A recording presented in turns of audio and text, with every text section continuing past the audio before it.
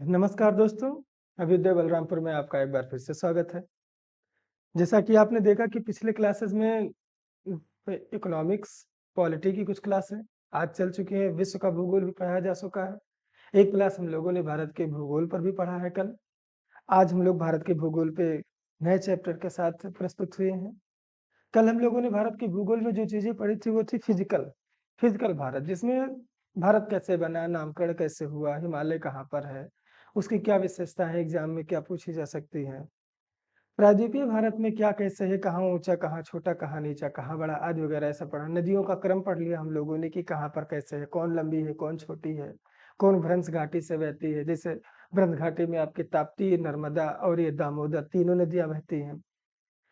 अब इसके अलावा हम लोगों ने ये भी देख लिया था कि भारत की जलवायु कैसी है, कहाँ पर ठंडा होगा, कहाँ पे गर्म होगा, बरसात कैसे होगी, कहाँ कम होगी, किस प्रकार से जनसंख्या घनत्व वर्षा का अनुसरण करती है कि बिहार से अगर जो उत्तर प्रदेश की ओर जाए, पश्चिम बंगाल से बिहार, उत्तर प्रदेश, पंजाब की ओर जाए तो वर्षा की मात्रा कम होती जाती है।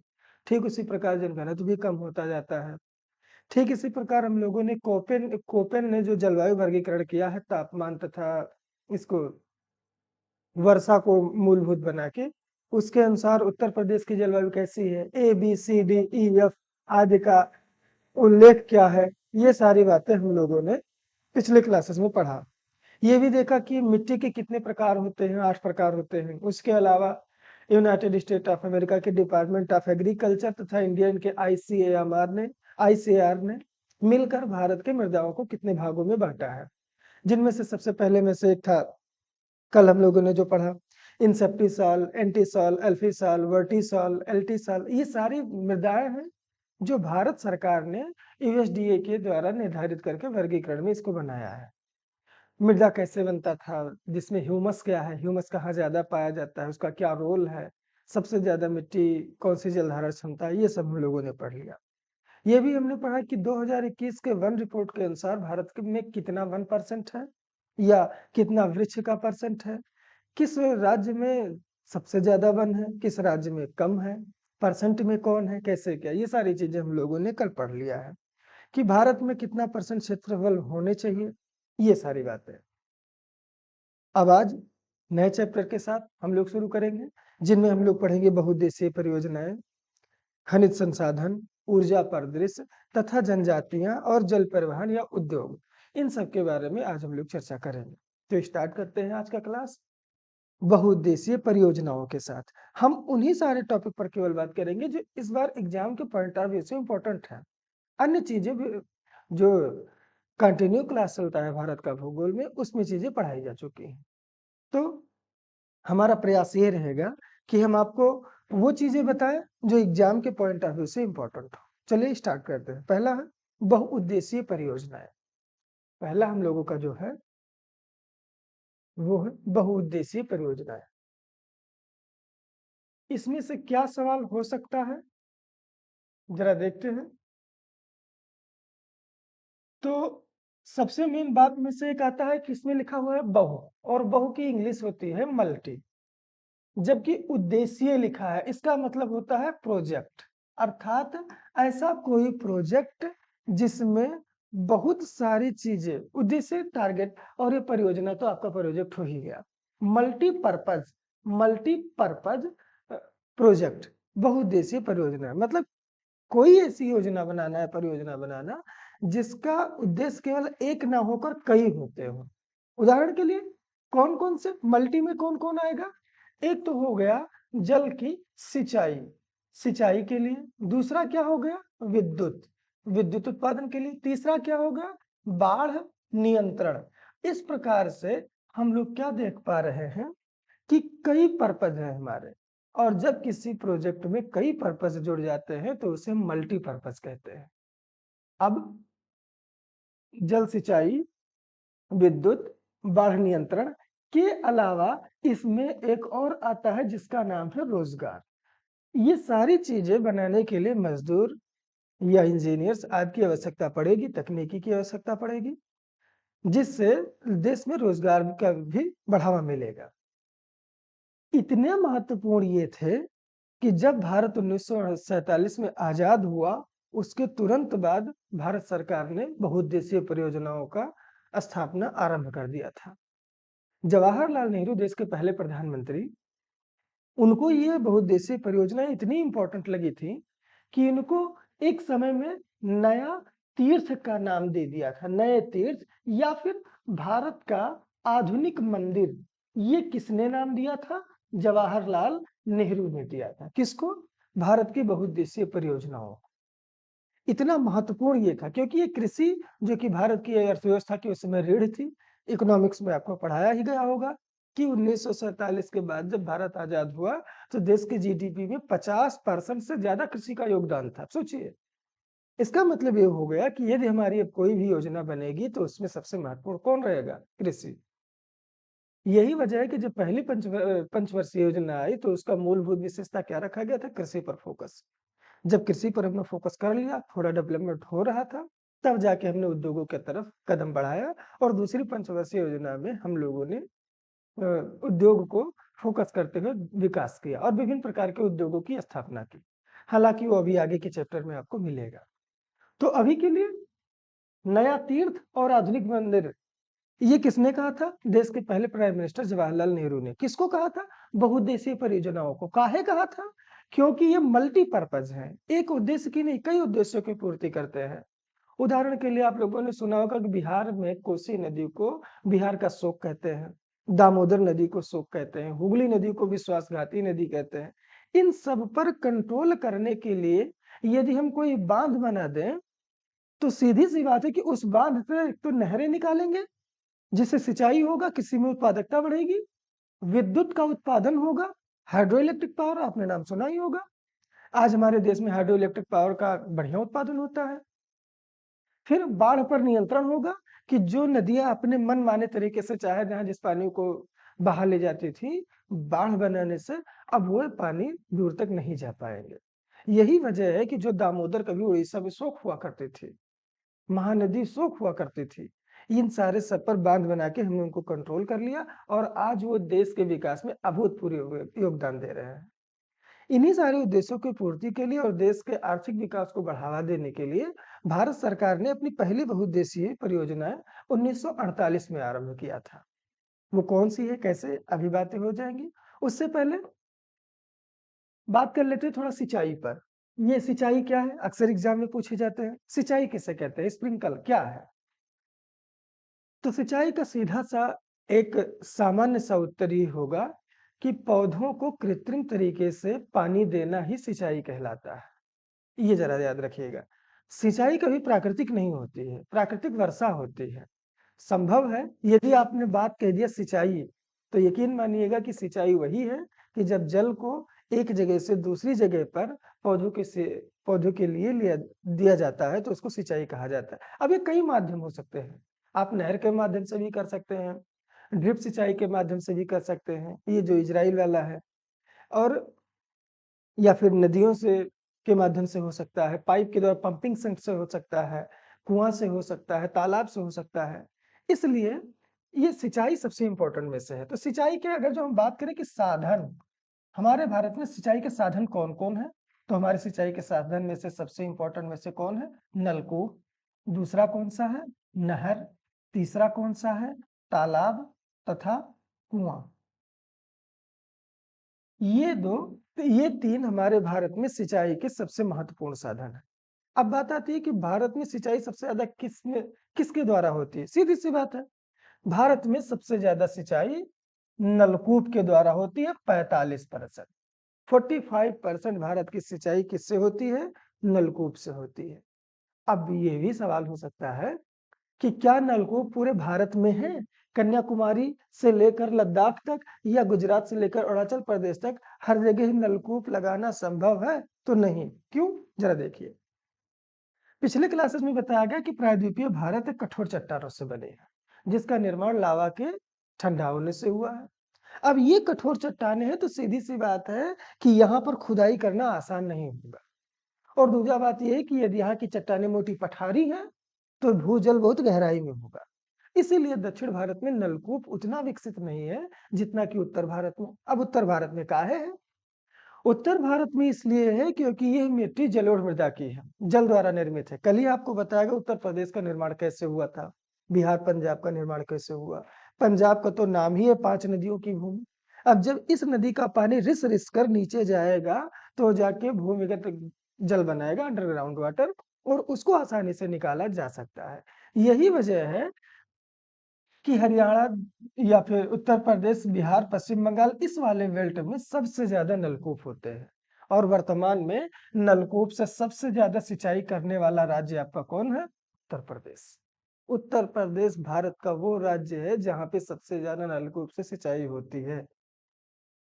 अब दूसरा बात, नहर से। नहर से कितनी सिंचाई होती है? नहरों से भारत में सबसे ज्यादा सिंचाई, नहरों से भारत में मात्र 20% की सिंचाई होती है। कहां पर होगी?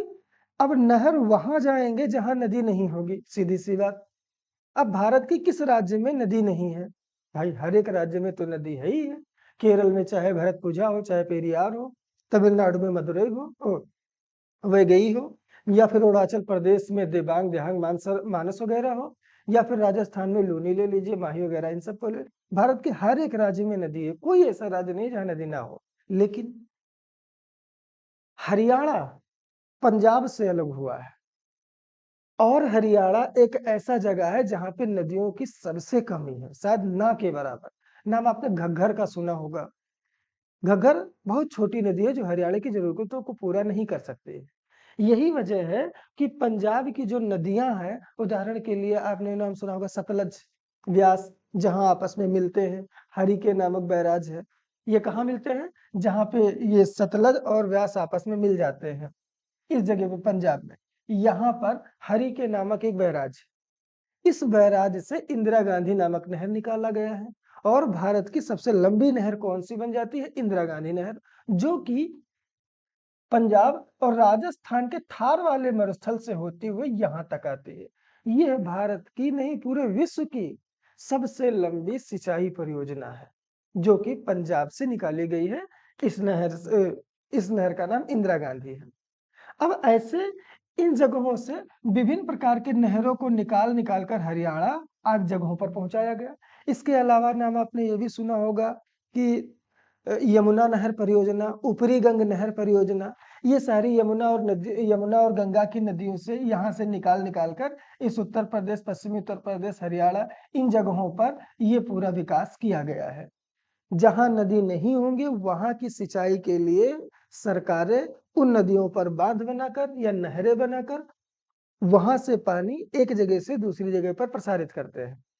इसीलिए आपका पश्चिमी उत्तर प्रदेश और हरियाणा, ये दो ऐसे जगह हैं जहां पर आपके नहरों से अधिकतम सिंचाई होती है। अब बात आती है कि क्या दक्षिण भारत में नहर से नहीं होता है? हाँ होता है, लेकिन जितना उत्तर भारत में होता है उतना नहीं। क्यों? इसका फिर वही कारण कि क्योंकि उत्तर भारत की मृदा कमजोर है, इसको काटा आसानी से जा सकता है और बड़ी बड़ी नहरें बनाई जा सकती हैं। जबकि दक्षिण भारत का जो प्रायद्वीपीय पठार है, कठोर है, इसको आसानी से नहीं काटा जा सकता, नहरें नहीं बनाया जा सकता। नाम आपने एक सुना होगा, कहा जाता है अमृत क्रांति, सुना होगा नाम आपने। अब ये अमृत क्रांति क्या है? अमृत क्रांति का शायद अमृत क्रांति ही है। अमृत क्रांति का अर्थ क्या है? अमृत किसे कहते हैं? अमृत जल को कहते हैं। और जल किसमें है? भारत में नदियों में है। क्यों ना ऐसा कुछ किया जाए कि भारत की जितनी नदियां हैं, सिंधु, गंगा, नर्मदा, महानदी, गोदावरी, कृष्णा तथा कावेरी, इन सबको आपस में जोड़ दिया जाए। यदि इन सारी नदियों को आपस में जोड़ दिया जाए तो जितना वेस्ट पानी जाता है गंगा नदी के माध्यम से बंगाल की खाड़ी में, या गोदावरी से बंगाल की खाड़ी में, या नर्मदा से अरब सागर में, वो वेस्ट पानी वेस्ट नहीं हो पाएगा। वो भारत में नहरों के माध्यम से पूरे भारत में प्रसारित कर दिया जाएगा। और वो क्षेत्र जिसे आप विदर्भ कहते हैं, महाराष्ट्र, पश्चिमी राजस्थान का ये मालवा कहते हैं, या तेलंगाना का पठार कहते हैं, या गुजरात का उत्तरी भाग कहते हैं, ये जो सब शुष्क है, जहां पर गेहूं या उसके धान की खेती नहीं हो पाती है, इन जगहों पर भी खेती की जा सकेगी। लेकिन क्यों? अमृत क्रांति इसलिए पूरी तरह से सफल नहीं हो पा रही है, क्योंकि दक्षिण भारत का जो जमीन है वो थोड़ा ऊंचा है, पठारी क्षेत्र है। अब ऊंचा है तो अब गंगा की पानी को ऊपर चढ़ाने के लिए लिफ्ट करना पड़ेगा। इतना ज्यादा संसाधन हमारे पास नहीं है कि हम अपने एक जीडीपी का बड़ा हिस्सा नदियों को जोड़ने पर अभी खर्च कर पाए। हालांकि जिस गति से देश विकास कर रहा है, इससे संभव है कि आने वाले समय में भारत की सारी नदियां एक दूसरे से जुड़ी हुई। हालांकि ऐसा भी है कि उत्तर भारत की नदियों को उत्तर भारत की नदियों के साथ और दक्षिण भारत की नदियों को दक्षिण भारत की नदियों के साथ जोड़े जाने की परंपरा विकसित हो रही है धीरे धीरे। महाराष्ट्र में कुछ नदियों को जोड़ दिया गया है। इसी प्रकार ये धीरे धीरे बढ़ता जा रहा है।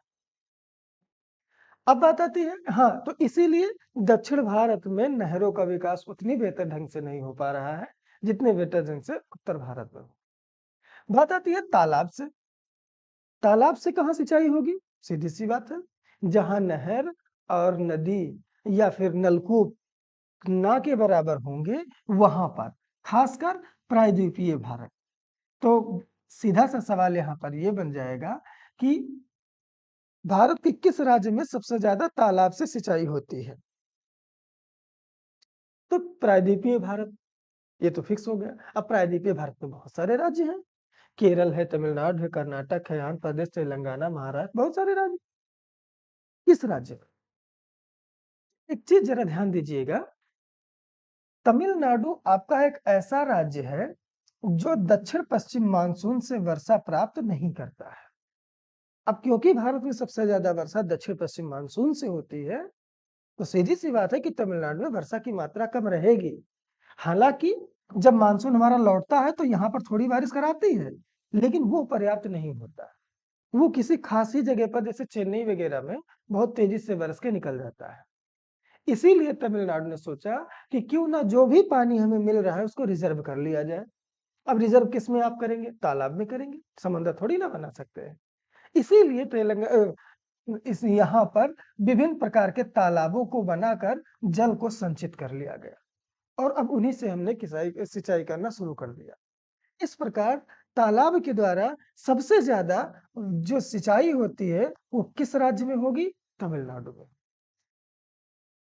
दूजा, अब तमिलनाडु के बाद कौन सा राज्य है फिर आपका दूसरा? उसका नाम है आंध्र प्रदेश।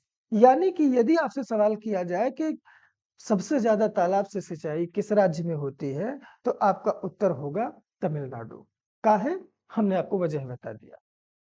आपने एक और अभी सुना होगा, भारत सरकार ने 2021 या 23 के आसपास में एक पहल शुरू किया था और उसका नाम था अमृत सरोवर।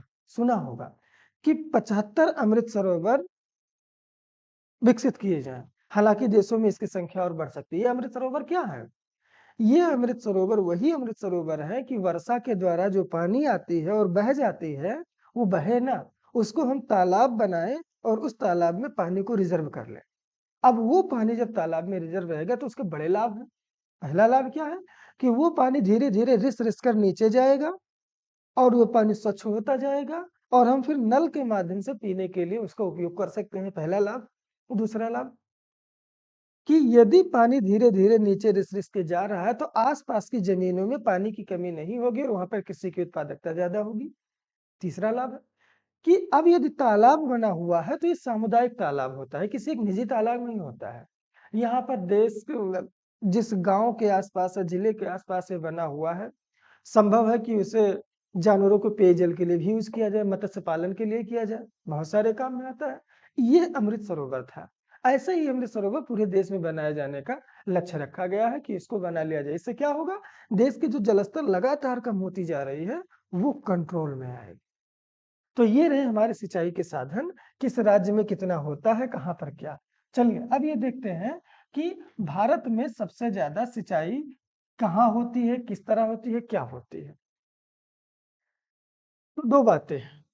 सिंचाई दो तरीके से हो, दो तरह से होगा। एक होगा आपका प्रतिशत में और एक होगा आपका क्षेत्रफल में। सवाल ये किया जाए कि भारत का सबसे ज्यादा सिंचित राज्य है, अर्थात कौन सा राज्य भारत का सबसे ज्यादा सिंचाई करता है? तो सीधी सी बात यह है कि इस प्रश्न को उत्तर में कैसे तब्दील किया जाए। सबसे ज्यादा कौन सा राज्य सिंचाई करता है? तो सबसे पहले देखो किसका क्षेत्रफल सबसे बड़ा है, तो सीधे से उत्तर होगा राजस्थान। तो फिर दूसरा देखो, क्या उसके क्षेत्रफल में ऐसी कोई मिट्टी है जो सिंचाई के लायक हो? नहीं। उसकी अधिकांश मृदा कैसी है? बलुई है, इसलिए उसको छोड़ दिया जाता है। दूसरे नंबर पे कौन है? मध्य प्रदेश। मध्य प्रदेश में सिंचाई सबसे ज्यादा होती है कुआं से, वहां पर भी ऐसा नहीं है। तो अब कुल मिलाकर कहने का तात्पर्य है कि उत्तर प्रदेश एक ऐसा राज्य है जिसके पास में जलोढ़ मृदा सबसे ज्यादा है, और जलोढ़ मृदा सबसे ज्यादा है, क्षेत्रफल भी उत्तर प्रदेश का ज्यादा है, अधिकांश क्षेत्र पर कृषि होती है, इसीलिए सबसे ज्यादा सिंचित राज्य आपका कौन होगा? उत्तर प्रदेश होगा। यदि आपसे कोई सवाल करे कि सबसे ज्यादा सिंचित राज्य भारत का कौन है, तो पहला उत्तर होगा उत्तर प्रदेश। दूसरा कौन है? मध्य प्रदेश।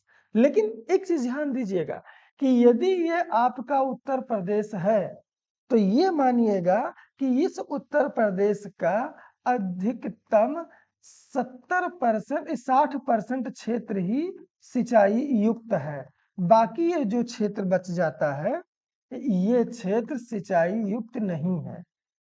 इसका मतलब ये हुआ कि सिंचाई में उत्तर प्रदेश अव्वल है, लेकिन किसमें? क्षेत्रफल में। अब यदि बात ये कर लिया जाए कि सबसे ज्यादा परसेंट में कौन सिंचाई में आगे है, तो सीधी सी बात इसका मतलब ये होगा कि वो राज्य कौन होगा? छोटा राज्य होगा, सही है। और वहां पर नदियों की मात्रा ज्यादा होगी, सही है। और वहां पर जलोढ़ मृदा होगा, सही है। अब ऐसा कौन सा राज्य है? क्या केरल है? नहीं, वहां पे है ही नहीं जलोढ़ मृदा इतनी ज्यादा। फिर कौन है? सिक्किम? नहीं। क्यों? क्योंकि वो पर्वतीय है। फिर कौन होगा? लद्दाख? नहीं, वो पर्वतीय है। फिर कौन होगा? छोटे राज्यों में गोवा, उतना छोटा है कि कुछ हो ही नहीं सकता। फिर एक सबसे बेहतरीन राज्य बचता है जिसका नाम पड़ता है पंजाब। यदि परसेंटेज में आपसे पूछे कि किस राज्य का अधिकतम प्रतिशत क्षेत्र सिंचित है, तो आपका उत्तर क्या रहेगा? पंजाब रहेगा। कितना परसेंट? 99%। अर्थात यदि यह पंजाब है तो पंजाब की इतना सारा क्षेत्र, ये इतना सारा क्षेत्र सिंचित है, केवल बचा जो भाग आपका है वो ये। अर्थात सबसे कम ऐसी भूमि है जहां पर सिंचाई नहीं उपलब्ध है, बाकी सारे क्षेत्रों में सिंचाई उपलब्ध है।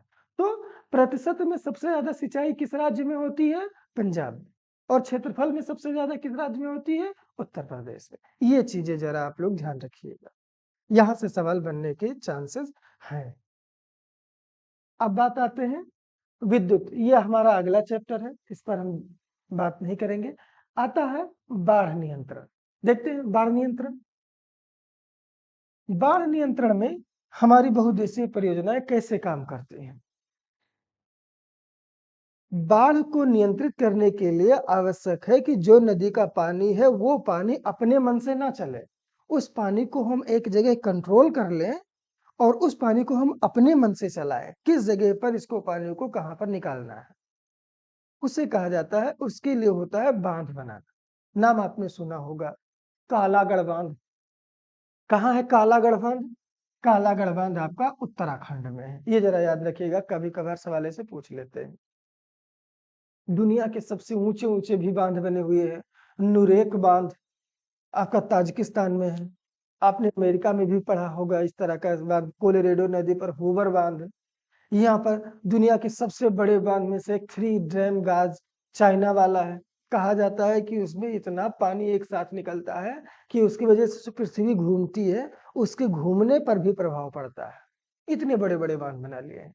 चाइना तो अब अरुणाचल, वो हमारा जो ब्रह्मपुत्र है उस पर भी बांध बनाने के लिए करता है, हालांकि भारत इसका विरोध कर रहा है। ऐसे विभिन्न प्रकार के बांधों को बनाया गया, तो जो सबसे पहला बांध बनाया गया उनमें से था आपका दामोदर नदी। नाम आपने सुना होगा। दामोदर नदी की घाटी में जो पहली बांध बनाया गया उसका नाम पड़ा दामोदर नदी घाटी परियोजना। ये बनाया गया था 1948। भारत का पहला नदी घाटी परियोजना कौन है? दामोदर नदी घाटी परियोजना है। ये कब की कहानी है? 1948 की। स्वतंत्र भारत की पहली बहुउद्देशीय परियोजना दामोदर नदी घाटी है। जब हमारा देश आजाद हुआ था, अंग्रेज इसको बहुत बुरे हाल में छोड़ के गए थे। एक तो एक तरफ सांप्रदायिक दंगा हो रहा था, हिंदू मुसलमान एक दूसरे को काट रहे थे, और दूसरा अंग्रेजों ने हिंदुस्तान का इतना शोषण किया था कि हमारे देश की प्रति व्यक्ति जीडीपी बहुत नष्ट हो गई थी। कृषि उत्पादकता निम्न हो गई थी। यदि आप प्रति व्यक्ति आय देखेंगे तो आपको पता चलेगा कि भारत बहुत निम्न देशों में से था। इतना लूटा गया। हालांकि एक चीज और भी है, कहा जाता है कि जिस समय अंग्रेज हिंदुस्तान को छोड़कर गए, अंग्रेज हिंदुस्तान के बहुत बड़े कर्जदार थे और वो उस कर्जों को पूरा नहीं कर पा रहे थे। विडंबना इस बात की है कि हिंदुस्तान के उन्होंने जी भर के लूटा भी, ऊपर से कर्जदार भी हो गए। वो कैसे? मतलब आपका खर्च ज्यादा है। अब आपका खर्चा कहाँ ज्यादा है? विश्व युद्धों में ज्यादा होगा, और कहाँ हो सकता है? विश्व युद्ध करवा के ये अपने सारे पैसे युद्धों में खर्च कर रहे थे, और वो पैसे आ रहे थे हिंदुस्तान से। भारत सरकार ने विदेशों का मदद करने का विदेशों से मदद लेने का प्रयास किया।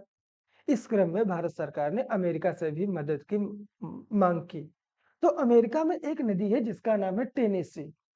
जिस प्रकार से टेनेसी नदी पर जो बांध बना हुआ है, परियोजना बनी हुई है, भारत सरकार ने सोचा क्यों ना ऐसे ही एक बांध को भारत में शुरुआत किया जाए, और उन्होंने टेनेसी नदी घाटी पर जो भारत की पहली परियोजना आरंभ किया, उसका नाम क्या रखा गया? उसका नाम रखा है दामोदर नदी घाटी परियोजना। ये तो बातें हो गई इसके बारे में। अब हम कुछ महत्वपूर्ण बांधों के बारे में बात कर ले, परियोजना के बारे में बात कर ले कि जहां से एग्जाम में सवाल आते हैं। उदाहरण के लिए आपने नाम सुना होगा कि अमरकंटक की पहाड़ियों से एक नदी बहते हुए जाती है और जाके गिर जाती है खंभात की खाड़ी में। इसका नाम क्या है? नर्मदा। और ये नर्मदा गुजरात की जान है। यदि गुजरात की सबसे महत्वपूर्ण नदी पूछा जाए तो आपका उत्तर होगा नर्मदा।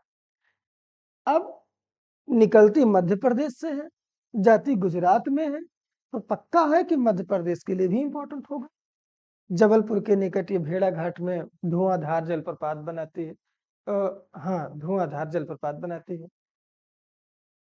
जब ये गुजरात में जाती है तो नर्मदा नदी पर एक बांध बनता है, और जब मध्य प्रदेश में रहती तब एक बांध बनता है। एक का नाम पड़ता है ओंकारेश्वर। ओंकारेश्वर परियोजना किस राज्य में है? और दूसरा जो आपको पड़ता है सरदार सरोवर। आप लोग इसके बारे में जानते होंगे, सरदार सरोवर। अब सरदार सरोवर किस राज्य में है और ओंकारेश्वर किस राज्य में है? इन दोनों को आपको ध्यान रखना है, कारण सवाल पूछे जा चुके हैं और आ सकता है। ओंकारेश्वर आपका मध्य प्रदेश में है, जबकि सरदार सरोवर आपका गुजरात में है। ये जरा याद रखिएगा। अगला बांध और कौन सा हो सकता है? एक आपने नाम सुना होगा माता टीला का। माता टीला सब जानते होंगे संभवतः इसके बारे में। किस नदी पर है माता टीला बांध? माता टीला बांध बेतवा नदी पर है। कल ही बेतवा नदी की चर्चा हुई है, अब पिछली क्लास में। किस राज्य में है? उत्तर प्रदेश में। और कौन सी बांधे हैं? यदि आप जम्मू कश्मीर की क्षेत्र में चलेंगे तो यहाँ पर कुछ महत्वपूर्ण नदियां हैं, जिनमें से एक है जिसका नाम है झेलम। ये झेलम यहाँ से बहते हुए ऐसे निकल रही है। और एक जो दूसरा महत्वपूर्ण नदी है यहाँ की, वो है आपकी चेनाब, और वो चेनाब ऐसे बहते हुए इससे मिल रही है।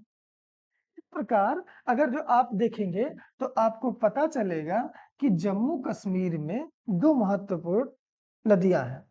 एक का नाम है चेनाब और एक का नाम है झेलम। इन दोनों नदियों पर ठीक ठाक बांध बनाए गए हैं। कारण क्यों? इन सबका उद्गम ग्लेशियर के इलाकों से है, तो बढ़िया से पानी भी रहता है इसमें। अब उस पानी को यदि हम कंट्रोल करके अपने हिसाब से निकालते हैं तो विद्युत का भी उत्पादन होगा, बाढ़ का नियंत्रण भी होगा। तो अब देखते हैं कि झेलम नदी पर कौन सी परियोजना बनी हुई है? तुलबुल। झेलम नदी पर तुलबुल परियोजना बनी है। जबकि रातले परियोजना, बगलीहार परियोजना, ये दोनों किस नदी पर है? चेनाब पर है।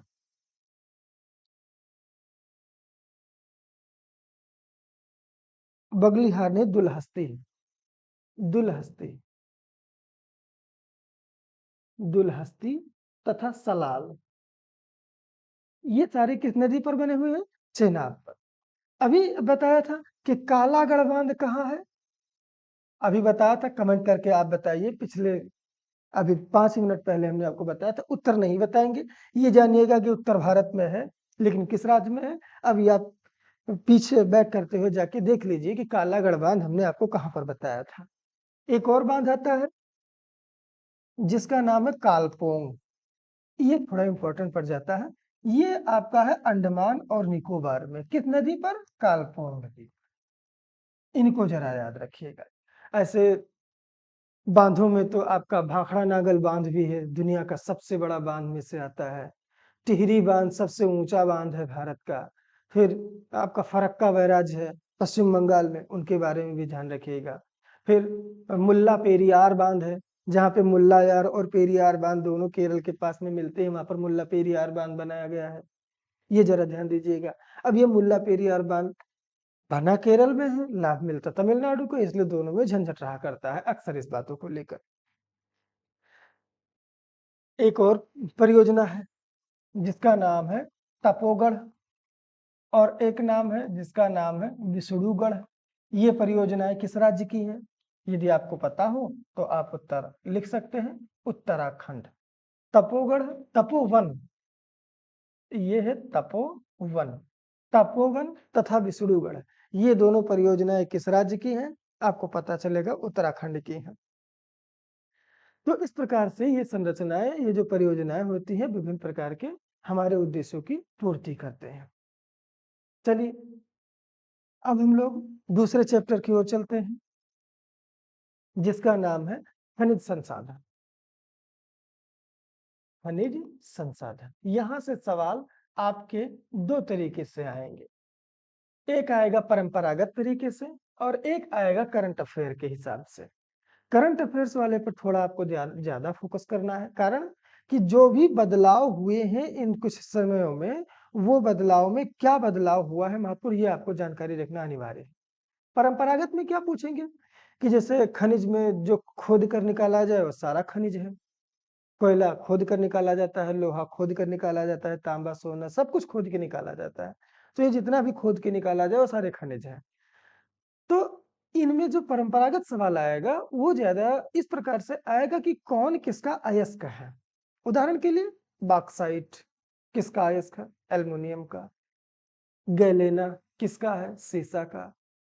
ऐसे पिंच ब्लड किसका है? यूरेनियम का। तो इन सारी चीजों को परंपरागत तरीके से पूछेगा। आधुनिक तरीके में जैसे करंट अफेयर के हिसाब से वो कैसे बता रहे हैं। उससे पहले आपको जानकारी हो खनिज संसाधन क्या है, तो सीधी सी बात है, खोद कर निकाले जाए उसे क्या कहते हैं? खनिज कहते हैं। संसाधन क्या है? जो हमारे काम आए, जो मानव जीवन को आसान बनाए, हमारे जो भी काम आता है वो सब संसाधन है। उदाहरण के लिए एक इंसान दूसरे इंसान के लिए संसाधन है। सूर्य है, एनर्जी मिलती है, संसाधन है। मिट्टी है, फसलें उगती हैं, संसाधन है। नदी है, प्यास लगती है, पानी पीते हैं, संसाधन है। कोयला है, एनर्जी मिलती है, संसाधन है। यूरेनियम है, संसाधन है। हर वास्तविकता ये है कि खनिज के बिना संसाधन के बिना जीवन संभव है ही नहीं। उदाहरण के लिए यदि आप पूरा पाषाण काल में चले जाए, हड़प्पा काल में चले जाए, सबसे बेहतरीन है। हड़प्पा काल में कोयला था, संसाधन के रूप में था, लेकिन हड़प्पा वासी कोयले के प्रयोग पर उतना बेहतरीन नहीं जानते थे संभवतः जितना आज के लोग जानते हैं। तो क्या जिस प्रकार से कोयला आज हमारे लिए संसाधन है, क्या हड़प्पा वासियों के लिए रहा होगा? नहीं। कुछ संसाधन होते हैं जो संभाव्य संसाधन होते हैं, अर्थात पता तो चला है कि यहाँ पर ये है, लेकिन अभी हम उसका उपयोग नहीं कर पा रहे हैं, भविष्य में शायद उपयोग कर ले जाए। ऐसे संसाधनों को संभाव्य संसाधन कहते हैं। उदाहरण के लिए लद्दाख में यूरेनियम का पाया जाना, भारी मात्रा में यूरेनियम है वहां पे, लेकिन अभी तक हम उसका उपयोग नहीं कर पाए हैं। कहा जाता है सोने का सबसे बड़ा निक्षेप बिहार में है, लेकिन आज भी सोना उत्पादन में कर्नाटक अव्वल है। तो मतलब कि बिहार का सोना, लद्दाख का यूरेनियम और केरल का थोरियम, ये सब हमारे भविष्य के ऐसे संभावित संसाधन हैं जो भारत की ऊर्जा जरूरतों को पूरा कर सकते हैं। केरल के मोनाजाइट बालू में पाया जाने वाला थोरियम एक बेहतरीन विकल्प हो सकता है यूरेनियम का। देखते हैं, तो खनिज संसाधनों में दो प्रकार के होते हैं। एक होता है आपका लौह धातु और दूसरे में से आता है आपका जो गैर लौह धातु आते हैं, गैर लौह आते हैं ईंधन वाले, जैसे कोयला। तो चलिए पढ़ते हैं। यदि आप भारत में देखेंगे, यदि हम भारत के मैप पर देखें खनिज संसाधनों का, तो हम इस बात को बढ़िया से बता सकते हैं कि भारत में खनिज संसाधनों का वितरण बड़ा ही असमान है। कैसे, जरा देखते हैं। पिछले क्लासेस में हमने आपको बताया था कि प्रायद्वीपीय भारत जब यूरेशियन प्लेट से टकराया तो इस जगह की पार्ट को मुड़ते हुए ज्यादा हो गया। ये वाला पार्ट भारत का टकराया और यहाँ पर लगे जितने जंगल थे उष्णकटिबंधीय जलवायु वाले, वो सब धीरे धीरे नीचे की ओर दबते चले गए। अब जब नीचे की ओर दबते चले गए तो सीधी सी बात है कि यहाँ पर वो पेड़ जल गए होंगे और जलने के बाद उनमें कार्बन उत्पन्न हो गया होगा। अब जो पेड़ पौधे वनस्पतियां जितने ज्यादा जली, जिसमें जितने ज्यादा कार्बन उत्पन्न हुआ, वो उतने अच्छा कोयला बना है। और जो वनस्पति जितना कम जला, जितना कम परसेंट उसमें उत्पन्न हुआ कार्बन का, वो कोयला उतना खराब निकला, जैसे पीट कोयला। तो यदि हम यहाँ पर खनिज संसाधनों में आपको बताएं कि कोयला के बारे में चर्चा करना है, तो ये यकीन मानिए कि कोयला के संसाधनों के लिए आपका ये वाला क्षेत्र सबसे इंपॉर्टेंट है। और इस क्षेत्र को आप लोग नाम देते हैं छोटा नागपुर का पठार। यद्यपि यदि आपसे पूछा जाए कि किस राज्य में है, तो आप एक ही नाम देंगे जिसका नाम पड़ता है झारखंड। बावजूद इसके यह पश्चिम बंगाल, छत्तीसगढ़, उड़ीसा, अन्य राज्यों में भी यह विस्तृत है। यदि आप मैप में देखना चाहें तो आप बाकायदा देख सकते हैं कि आपका जो छोटा नागपुर का पठार है वो ये है, यही आपका छोटा नागपुर का पठार है। इसी में सबसे ज्यादा कोयला पाया जाता है। यही इसी के कारण ऐसे ही एक जगह है जर्मनी में जिसका नाम क्या रखा गया था, रूर प्रदेश। इसीलिए यहाँ पर भी इतना लोहा कोयला पाया जाने के कारण इसे भारत का रूर प्रदेश कहा जाता है। भारतीय खनिज हृदय स्थल ही इसे बोला जाता है, जिसके कारण छोटा नागपुर का पठार ये खनिज संसाधनों से अति संपन्न है। अब देखते हैं तो फिर कोयला के बारे में कुछ और खास बातें। पहली बात में से कोयला हमारे लिए क्यों इंपॉर्टेंट है, तो जैसा कि विद्युत मंत्रालय की एक रिपोर्ट के अनुसार ये बताया जा चुका है कि भारत में जो 446 गीगावाट या कुछ है, हाँ 446 गीगावाट के आसपास जो विद्युत उत्पादित होता है, उनमें से आज भी हमारा लगभग 55% हिस्सा किससे आता है, थर्मल से आता है। हालांकि टोटल कोयला नहीं, इसमें पेट्रोल भी आते हैं, डीजल भी आते हैं, गैस भी आते हैं। तो जो अनवीकरणीय संसाधन है, कोयला, पेट्रोल, डीजल, ये सारे लोग, इन सब से हमारे देश का लगभग 55% हिस्सा विद्युत का इन्हीं से आता है। आज भी लगभग 45% हिस्सा केवल कोयले से आता है। आप सोचिए कि यदि कोयला ना हो तो क्या बिजली संभव है संभव, लेकिन बहुत कम हो जाएगी। और आज के जितने उद्योग हैं उन सबके लिए सबसे महत्वपूर्ण है बिजली। जिस जगह पर बिजली ज्यादा होगी वहां पर उद्योग ज्यादा, इसलिए कोयला इतना इंपॉर्टेंट है। उद्योग की रोटी भी इसे कहा जाता है। यदि आपसे सवाल कोई करे कि उद्योगों की रोटी किसे कहा जाता है, तो आपका उत्तर क्या होगा, कोयला। अब हम देखते हैं कि कोयला की खास बातों में से एक है जिसका नाम है भंडार और एक का नाम है उत्पादन। तो सबसे पहले हम देखते हैं कि भंडारण में कौन सा राज्य अव्वल है। इसके लिए आपको करंट अफेयर की सहायता लेनी पड़ेगी। देखते हैं। हाँ, एक चीज और, जैसा कि कल के क्लासेस में बताया था कि जो कोयला वाला क्षेत्र है ये किस चट्टान के लिए मशहूर है, गोंडवाना। हमारे भारत में जो चट्टान गोंडवाना प्रकार की है वो किस खनिज से संपन्न है? कोयला से। जबकि जो ये बताया था धारवाड़ और या फिर कुडप्पा ये किससे है? लौह अयस्क से। ये बातें हम आपको कल ही बता चुके हैं। अभी के लिए भंडार देखते हैं कि भंडारण में कौन सबसे ज्यादा कोयला का भंडारण करता है। तो यहाँ पर एक राज्य है जिसका नाम है उड़ीसा। भंडारण में पहले स्थान पर उड़ीसा है। दूसरे स्थान पर ये आपका राज्य है जिसका नाम है छत्तीसगढ़। और यहीं पर ये आपका तीसरा राज्य है जिसका नाम oh no no no no no no गलत बोल रहे हैं। ये आपका झारखंड है, जरा ध्यान दीजिएगा। ये झारखंड है, ये छत्तीसगढ़ है। तो यहाँ पर आपका रहेगा झारखंड। और तीसरे नंबर पर कौन है? छत्तीसगढ़ है। इस प्रकार आप देख पाएंगे कि कोयला भंडारण में सबसे अव्वल राज्य कौन है? उड़ीसा, फिर झारखंड। ये 25% करते हैं, ये 23% करते हैं और ये संभवतः 18% करते हैं। 21%।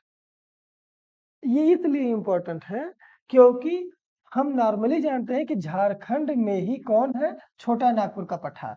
लेकिन उत्पादन और भंडारण सबसे ज्यादा किसके पास में है? उड़ीसा के पास में है। क्यों? इसका क्या कारण हो सकता है? इसका संभवतः कारण ये हो सकता है कि झारखंड के अधिकांश कोयले को निकाला जा चुका है जिसकी वजह से वहां पर कोयले की उड़ीसा के अपेक्षाकृत कमी आई है। जबकि उड़ीसा में अभी उतना नहीं निकाला गया जितना कि झारखंड में। यही वजह हो सकती है कि छोटा झारखंड में 23% और उड़ीसा में 25% इसका भंडारण हो। चलिए देखते हैं उत्पादन में कौन प्रथम है भाई। तो उत्पादन में यदि आप देखेंगे तो पहला रैंक इसमें भी किसका है? उड़ीसा का है। तो यदि आपसे सवाल आता है कि सबसे ज्यादा कोयले का उत्पादन कौन करता है, तो आपका उत्तर क्या होगा? उड़ीसा होगा। इसका मतलब एक सवाल एग्जाम में पूछ सकता है कि भारत का कौन सा ऐसा राज्य है जो कोयले के उत्पादन में और भंडारण में दोनों में प्रथम स्थान पर है। तब आपका उत्तर क्या होता जाएगा? उड़ीसा। दूसरे नंबर पर जो उत्पादक राज्य है आपका उसका नाम है छत्तीसगढ़। और तीसरा जो आपका उत्पादक में से है उसका नाम है झारखंड। आप देख पा रहे होंगे कि उत्पादन और भंडारण के प्रथम 3 राज्य यही तीनों ही हैं। यदि अन्य कोई राज्य आता है चौथे पे तो वह है आपका पश्चिम बंगाल। ये जरा याद रखिएगा। इसका मतलब होगा नहीं, एमपी है, एमपी उत्पादन में एमपी। इसका मतलब ये हो गया कि भंडारण में अव्वल राज्य उड़ीसा है, उत्पादन में अव्वल राज्य भी उड़ीसा है। अब उड़ीसा में जो कोयले निकाले जाते हैं या छत्तीसगढ़ में या झारखंड में वो कौन सा कोयला है? तो आपको जानकारी होना चाहिए, जैसा कि हमने पिछले क्लासेस में बता रखा है इस बात को, कि कोयला 4 प्रकार का होता है।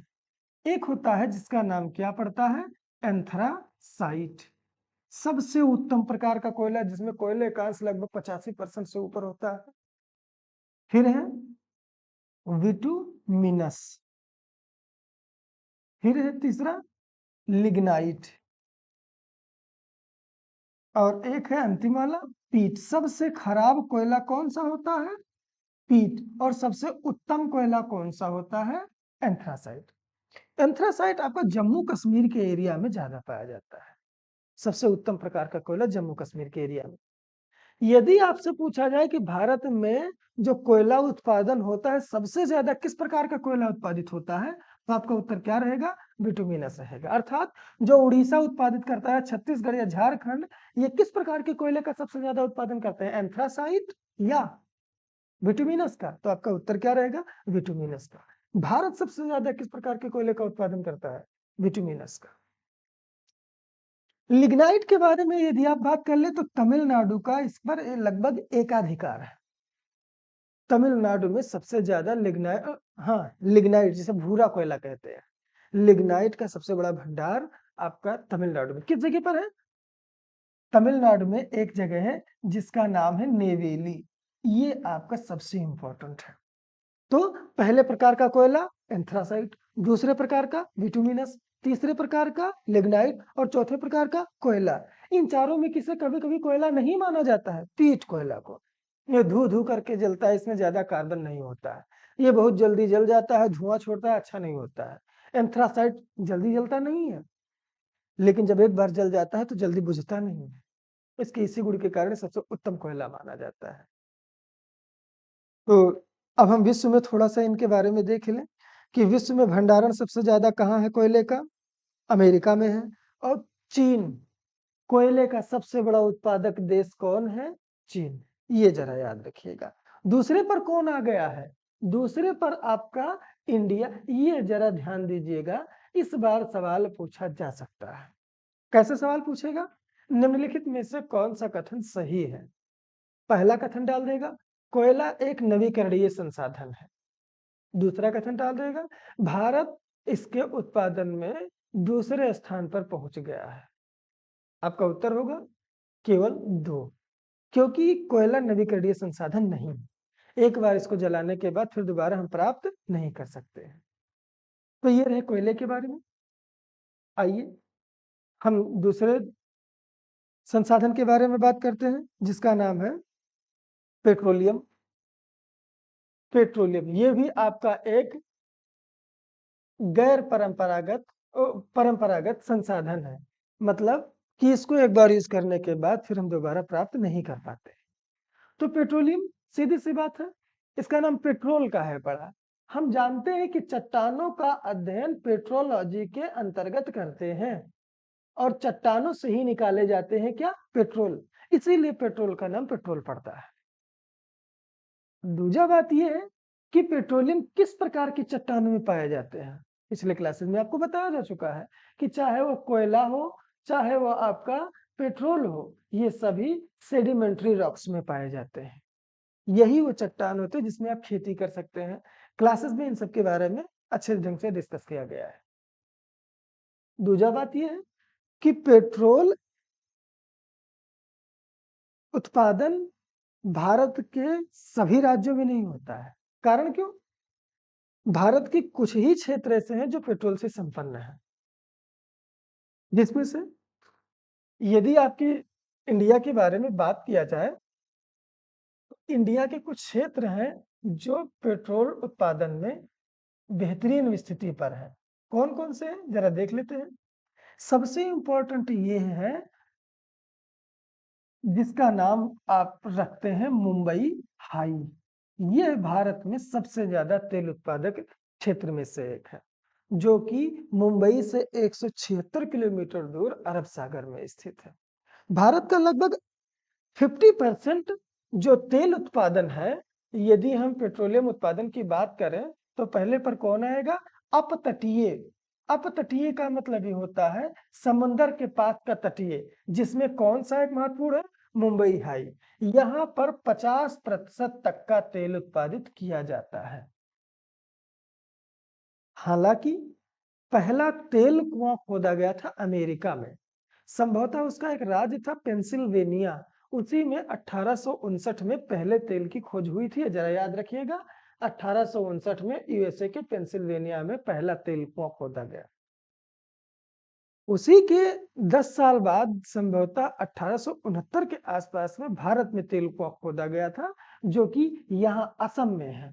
नाम आपने सुना होगा, डिगबोई। इसके अलावा यहाँ पर एक और है जिसका नाम है, डिगबोई के अलावा यहाँ पर एक महत्वपूर्ण तेल का नाम है नून माटी। इसके अलावा है नाहर कटिया, और एक और है जिसका नाम याद नहीं आ रहा है, डिगबोई असम में, और एक कोई जो भी है। तो यहाँ पर फिर तेल खोदा गया था।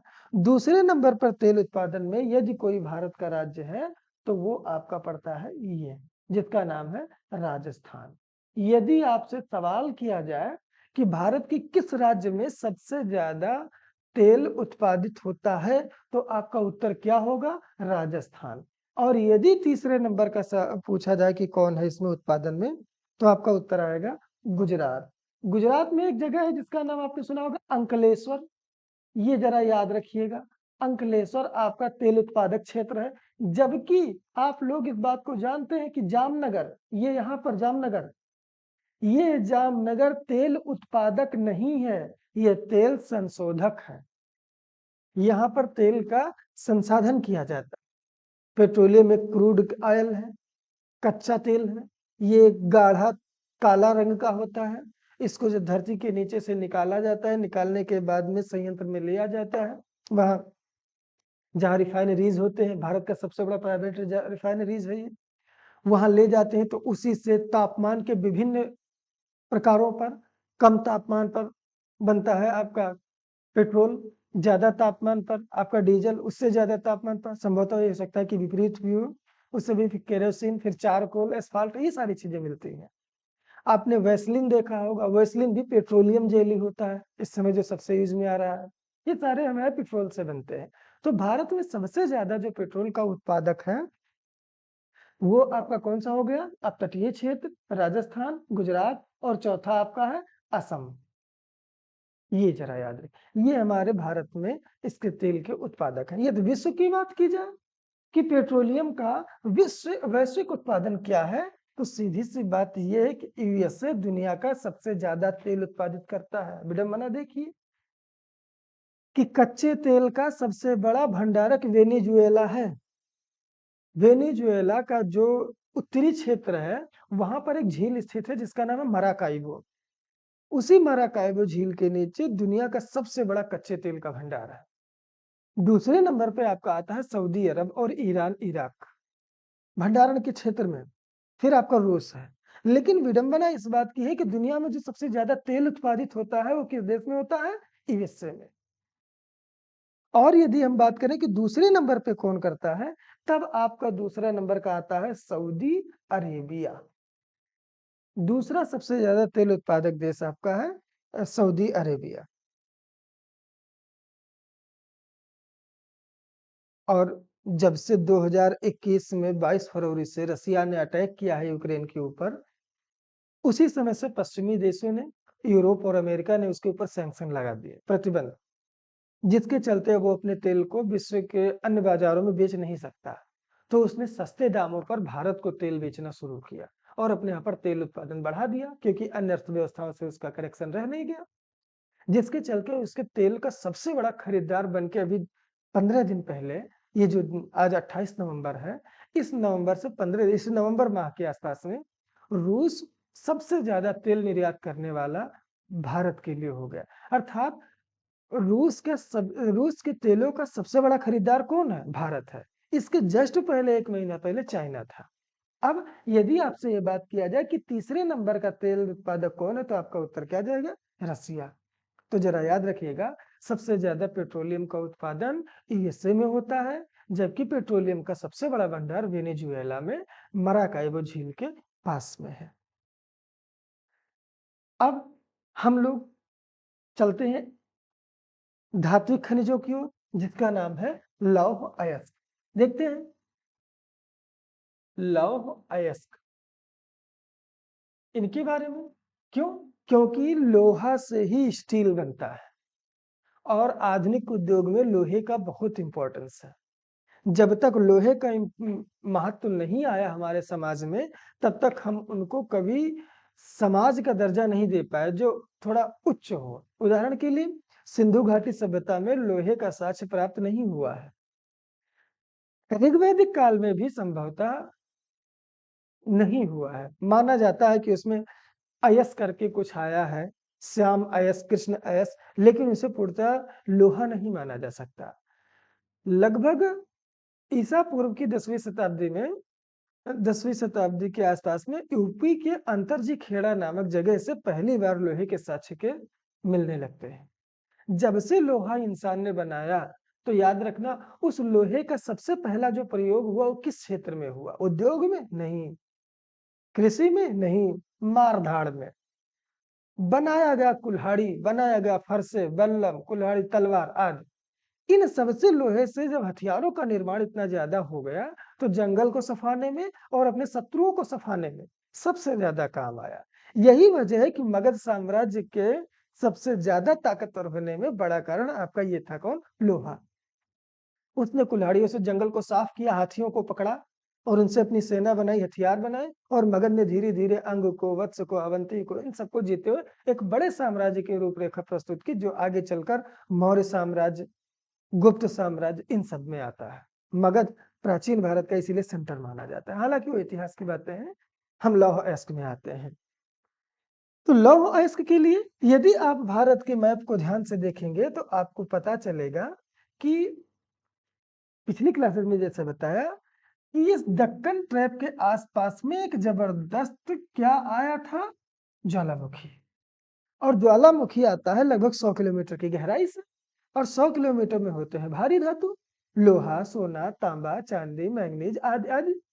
तो अब उनसे जब लावा ऊपर आके जिस जगह पर जितना ज्यादा ठंडा हुआ, उस जगह पर उतने ज्यादा लौह अयस्क तथा सोने की मात्रा आज इन सबके संचित होती चली गई। यही वजह है कि ये प्रायद्वीपीय भारत का ये दक्कन ट्रैप जो आसपास का है, इन जगहों पर लौह अयस्क की मात्रा सर्वाधिक पाई जाती है। अब बात कर लेते हैं थोड़ा सा लौह अयस्क के बारे में।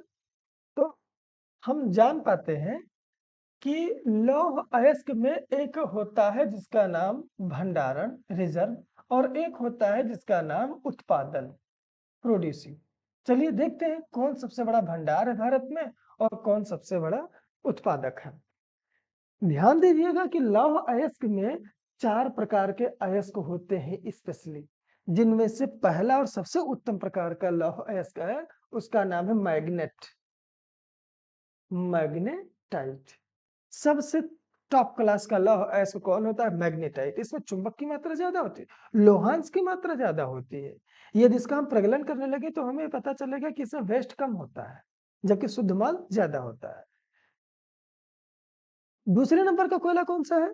मैग्नेटाइट। और कौन सा है सर दूसरा कोयला? भूल गए। हेमेटाइट। बताइए। हेमेटाइट। फिर लियोमाइट और सीडेराइट, 2 अन्य प्रकार के कच्चे कोयले बड़े खराब तरीके के हैं, बहुत अच्छे नहीं है। भारत में जो सबसे ज्यादा कोयला पाया जाता है वो कौन सा पाया जाता है? हेमेटाइट। मैग्नेटाइट थोड़ा कम पाया जाता है, लेकिन हाँ पाया जाता है। तो यदि मैग्नेटाइट की बात हम करें, किस राज्य में सबसे ज्यादा भंडारण है?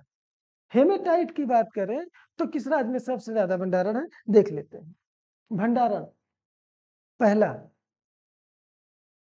पहला है कर्नाटक। भंडारण में सबसे पहला स्थान किसका है? कर्नाटक का है। किसमें? मैग्नेटाइट में। ये जरा याद रखिए, मैग्नेटाइट के भंडारण में सबसे बड़ा क्षेत्र किस राज्य के पास है? तो वो है कर्नाटक। कितना? लगभग 70%। और दूसरा कौन सा है? आंध्र प्रदेश, मैग्नेटाइट के। लेकिन सबसे ज्यादा भंडारण यदि हम बात करें हेमेटाइट की, तो उसमें नंबर 1 आपका कौन सा राज्य है? उड़ीसा। भारत का कौन सा राज्य हेमेटाइट के भंडारण में अव्वल राज्य है? तो आपका उत्तर पड़ेगा उड़ीसा। दूसरा कौन सा रहेगा? झारखंड। वही रूर प्रदेश भारत का, जिसे आप कहते हैं छोटा नागपुर का पठार, वही। तीसरे नंबर पर कौन है? छत्तीसगढ़। ये 3 ऐसे राज्य हैं किसमें? भंडारण में। तो यदि भंडारण में, हाँ उड़ीसा सही, उड़ीसा, झारखंड, छत्तीसगढ़। और चौथे नंबर पे कौन आएगा? कर्नाटक। तो आप क्या पाएंगे कि यही वो 3 राज्य थे, याद करिए, जो कोयला में अव्वल थे, और यही वो 3 राज्य हैं जो लौह अयस्क में अव्वल है। कौन से अयस्क में? हेमेटाइट। तो कौन सा ऐसा राज्य है जो कोयला तथा लोहा दोनों के उत्पादन में अव्वल है? उड़ीसा। इस चीज को ध्यान रखिएगा। भारत का आधा, लगभग 53% लोहा कौन उत्पादित करता है? उड़ीसा उत्पादित करता है। ये जरा ध्यान दीजिएगा। अब यदि हम आयरन में कार्बन मिला दें थोड़ा सा 2% के आसपास, या फिर हम क्रोमियम मिला दें, तो ये बन जाता है आपका स्टील। कैसा स्टील? स्टेनलेस स्टील, जिसमें जंग नहीं लगता है। आज स्टील सबसे मजबूत धातु मानी जाती है, हालांकि सबसे मजबूत नहीं है। स्टील बन जाता है। और स्टील उत्पादन में विश्व में कौन सा देश आगे है? चीन। दूसरे नंबर पे कौन है? इंडिया। इंडिया किस देश को पिछाड़ कर दूसरे पर पहुंचा है? उसका नाम कौन सा? जापान। जापान को इंडिया कई मामलों में पछाड़ रहा है। अभी जल्द में ही जापान को भारत ने सौर ऊर्जा के उत्पादन में पछाड़ दिया है, जबकि जापान को स्टील उत्पादन में भी पछाड़ दिया है। लोवी, ऑस्ट्रेलिया की यूनिवर्सिटी लोवी के द्वारा आया है एशिया पावर इंडेक्स, उसमें भी जापान को पछाड़कर इंडिया तीसरे नंबर पर बन गया है। मतलब कि ये है कि इस समय जापान को भारत हर मामले में छोड़ रहा है। बस वो दिन दूर नहीं जिस दिन जीडीपी में भी जापान को पीछे छोड़ दे। हालांकि अभी भारत को बहुत विकास करना है इसके लिए। तो स्टील उत्पादन में कौन हो गया? इंडिया दूसरे नंबर पर, पहले पे चीन। कितना?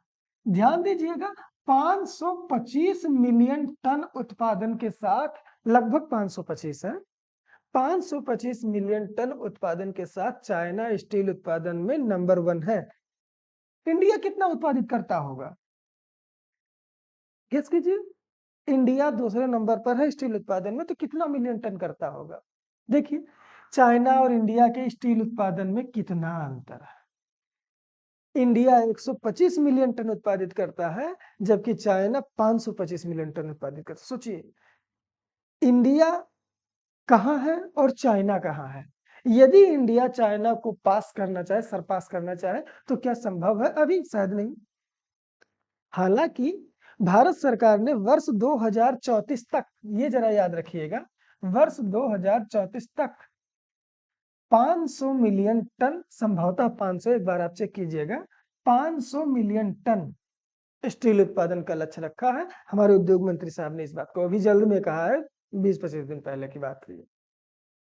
चीज को याद रखिएगा कि यदि हम स्टील उत्पादन में चाइना को पछाड़ ले गए तो एक अभूतपूर्व सफलता होगी।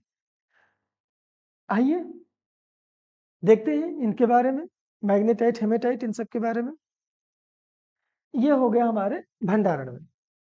आइए जानकारी करते हैं कि लौह अयस्क के उत्पादन में कौन सा राज्य अव्वल है।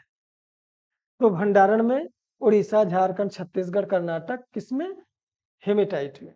जबकि मैग्नेटाइट में कौन था? कर्नाटक था। अब यदि ऐसा सवाल आ जाए कि भारत के किस राज्य में लौह अयस्क सबसे ज्यादा उत्पादित, सबसे ज्यादा भंडारित है, तो कर्नाटक लगाएंगे सर कि उड़ीसा लगाएंगे? सीधी सी बात है। तो क्योंकि हमारे पास सबसे ज्यादा कौन सा कोयला उत्पादित होता है? हेमेटाइट। सबसे ज्यादा उत्पादित होने वाला है हेमेटाइट।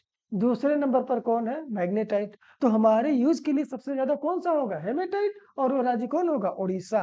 अर्थात यदि यह विकल्प में आ जाए कि भारत में कौन सा राज्य लौह अयस्क का सबसे बड़ा भंडारक है, और 4 विकल्प दिए हों, चारों में अलग अलग राज्य दिए हों, और उन राज्यों में 2 राज्य हो, पहला कर्नाटक, दूसरा उड़ीसा, तो आप क्या लगाएंगे? उड़ीसा। लेकिन विकल्प नंबर सी पर यह लिखा हो ए और दो दोनों, तो आप वो लगाएंगे, क्योंकि उसने ये वेरीफाई नहीं किया है कि हम किसमें जानना चाह रहे हैं, मैग्नेटाइट में या हेमेटाइट में। ये जरा ध्यान रखिएगा। उत्पादन में आते हैं। भारत में लौह अयस्क का उत्पादन किसमें होता है? उससे पहले एक सवाल पिछले क्लास का, जिस प्रकार से गोंडवाना क्रम की चट्टान कोयले के लिए प्रसिद्ध है, उसी प्रकार से किस प्रकार की चट्टान लोहे के लिए प्रसिद्ध है? पिछले क्लास का सवाल, आप कमेंट करके जरूर बताइएगा। उत्पादन भी उड़ीसा है। अर्थात भारत का ऐसा कौन सा राज्य है जो कोयले के उत्पादन में अव्वल, कोयले के भंडारण में अव्वल, लोहे के भंडारण में अव्वल, और लोहे के उत्पादन में भी अव्वल? वो कौन सा राज्य आपका रहेगा? उड़ीसा।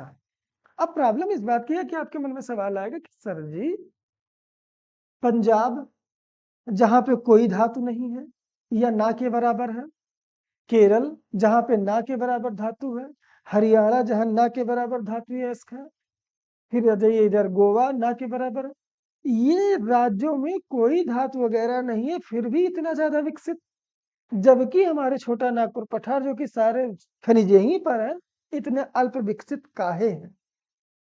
सवाल जायज है आपके मन में, कभी क्लास में मिलिए, आंसर जरूर दिया जाएगा। पहले स्थान पे उत्पादन में कौन है? उड़ीसा।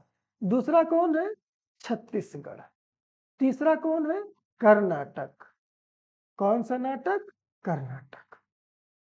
तो ये हमारे लोहे के उत्पादक राज्य हैं। और चौथा एक ही बचता है जिसका नाम कौन सा खंड है? झारखंड।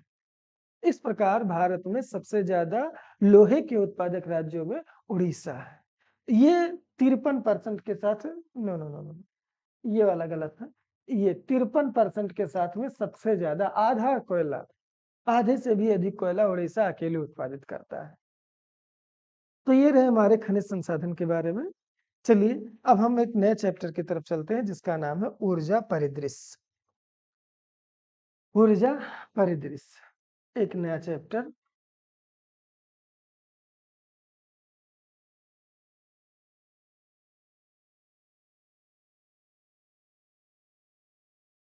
आपके मन में एक और सवाल आ सकता है कि सर क्या हमारे लिए पेट्रोल, कोयला और लोहा ही इंपॉर्टेंट है, मैंगनीज नहीं है या फिर यूरेनियम नहीं है? ऐसे सवाल आपके मन में आ सकते हैं। क्या तांबा नहीं है? तो देखिए, आयोग कौन सा सवाल पूछ ले ये किसी को नहीं पता है सिवाय आयोग के।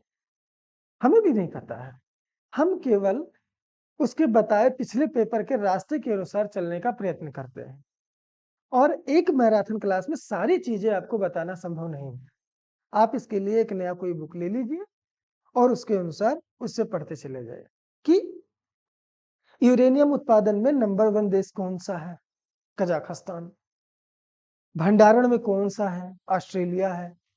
तांबा में आ जाइए तो आपने देखा होगा कि पूरी फेरे तांबे का सबसे बड़ा निक्षेप आपके चिली में पाया जाता है। पिछले क्लास में पढ़ाया गया होगा। इसीलिए तांबे का सबसे बड़ा उत्पादक देश कौन बन जाता है? चिली बन जाता है। चांदी की बात कर ले तो मैक्सिको और पेरू अव्वल राज्य ही है। यदि हम और कोई भी बात करें, ऐसे विभिन्न प्रकार के देश हैं जो अलग अलग प्रकार से हैं। मैंगनीज में आ जाइए, उड़ीसा आपका है। तो हर एक जगह सारी चीजें नहीं बताना संभव है, लेकिन जो इंपॉर्टेंट है वो हम आपको बताने का प्रयास करते हैं। आते हैं ऊर्जा परिदृश्य। ऊर्जा परिदृश्य क्या है भाई? ऊर्जा का सीधा सा मतलब ये होता है कि जिनसे हमें एनर्जी मिलता हो। अब किससे मिलता है बता रहे हैं।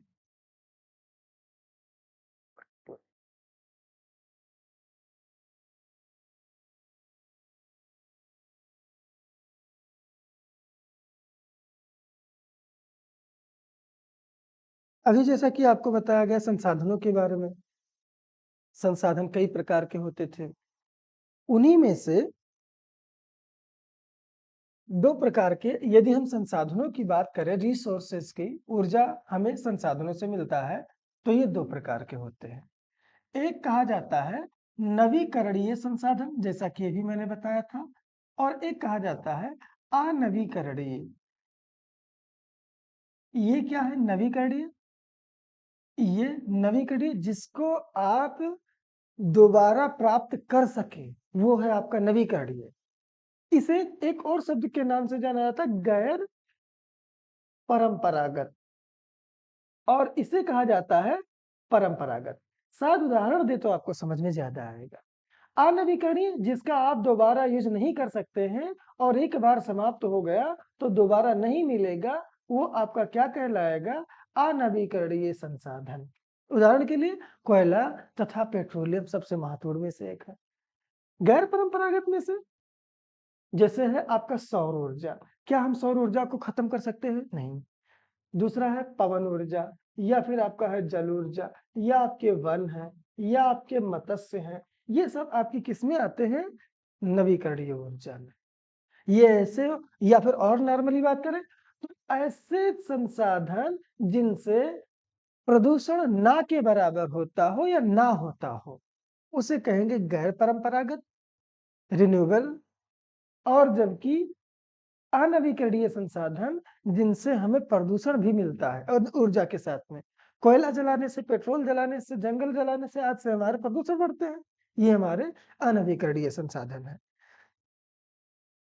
तो अब इनमें से हमने इन सब के बारे में पढ़ लिया है, कोयला और पेट्रोल के बारे में। हम प्रयास करेंगे नवीकरणीय ऊर्जा के बारे में बात करते हैं। देखते हैं नवीकरणीय ऊर्जा में कौन-कौन कैसे है? तो पहला हम लेते हैं, जो हमें ऊर्जा मिलती है, वो मिलती है जल विद्युत से, हाइड्रो इलेक्ट्रिक पावर। दुनिया में सबसे पहले जो संभवतः बिजली उत्पादित की गई होगी, बिजली, वो है आपका जल विद्युत से। भारत में पहला विद्युत इसी जल विद्युत से आया था, जो कि नाम आपने सुना होगा कि 1897-98 के आसपास में, ये यहाँ पर यदि मैप आप देख पाए तो देखिएगा, 1897-98 के आसपास में यहाँ पर एक शहर स्थित है जिसका नाम है दार्जिलिंग। ये आपका पश्चिम बंगाल में है और यहीं पर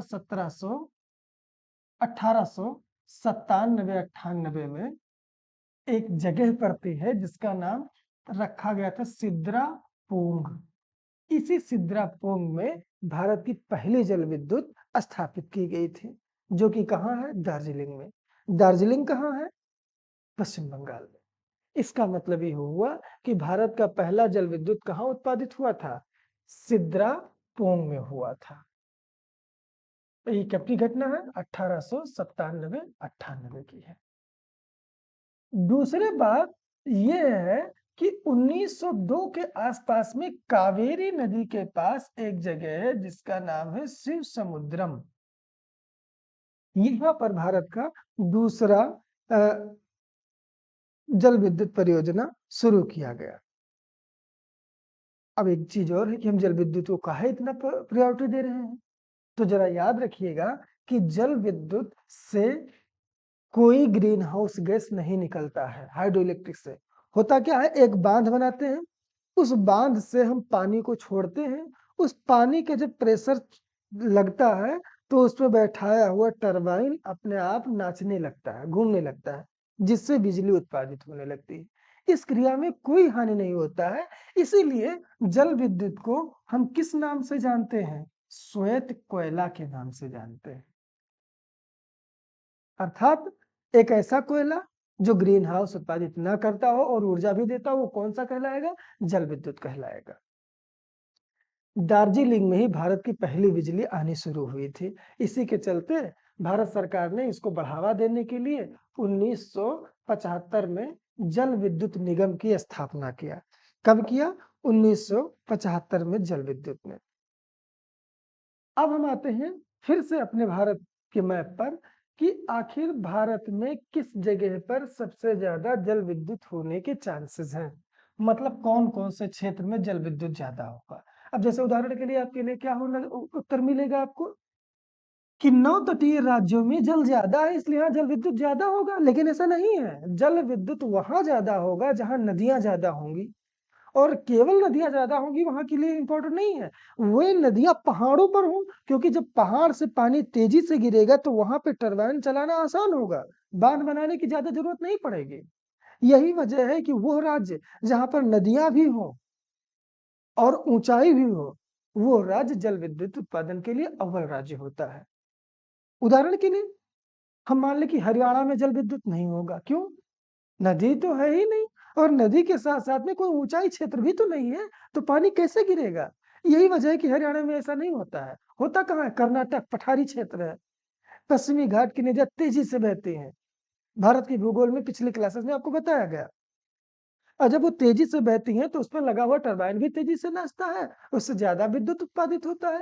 यही वजह है कि यदि आप कर्नाटक के इस वाले एरिया को देखेंगे तो भारत में सबसे ज्यादा कंपनियां यही हैं। सिलिकॉन वैली इसीलिए बेंगलुरु को बनाया गया है, क्योंकि यहाँ पर एनर्जी सोर्स ज्यादा है। जिस भी जगह पर एनर्जी सोर्स ज्यादा होगा वहां पर विद्युत का, वहां पर कंपनियों का आदि का स्थापना ज्यादा होगा ही होगा।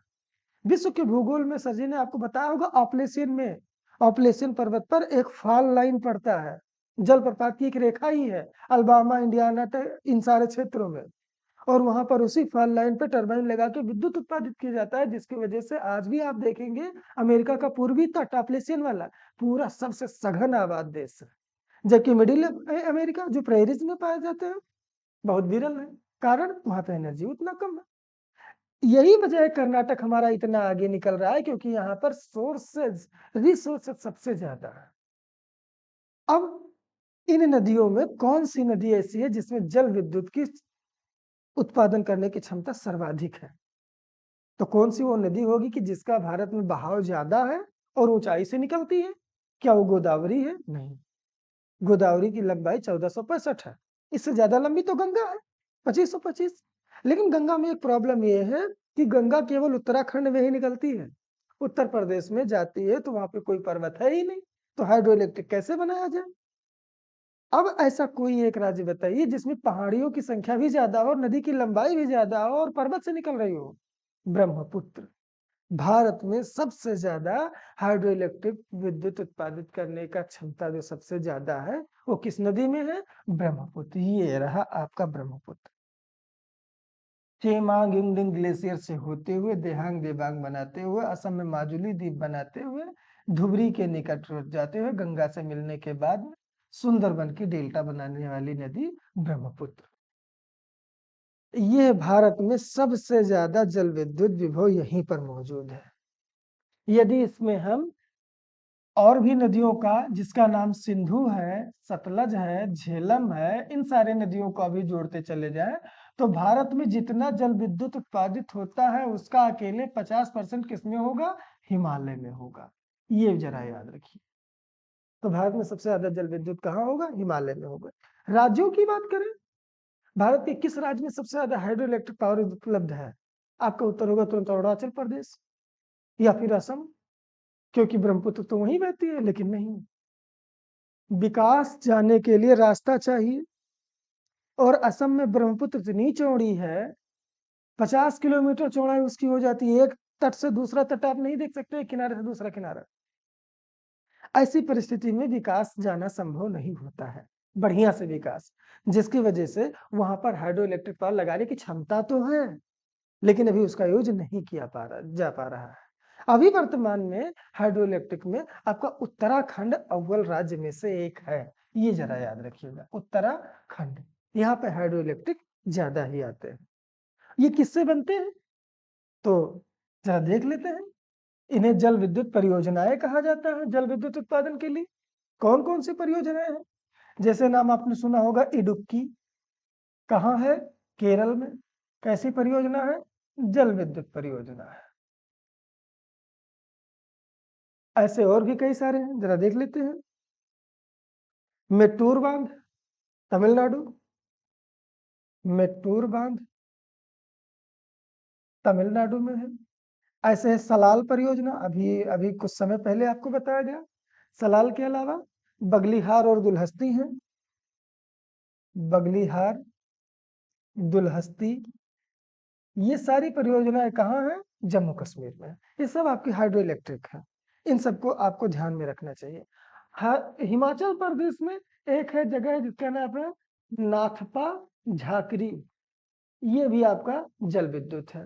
यहाँ तक कि उत्तर प्रदेश में एक है जिसका नाम है माता टीला। माता टीला। एक और जगह है उत्तर प्रदेश में जिसका नाम है रिहंद, सोनभद्र वाला। ये सारे आपके यूपी में है। नाथपा झाकरी हिमाचल प्रदेश। ये सारे इलेक्ट्रिक पावर है, हाइड्रो इलेक्ट्रिक। लेकिन इतना ही नहीं है, चमेरा बांध है, उकाई बांध है, बहुत सारे ऐसे ऐसे बांध हैं जहां से हाइड्रो इलेक्ट्रिक पावर उत्पादित किए जाते हैं।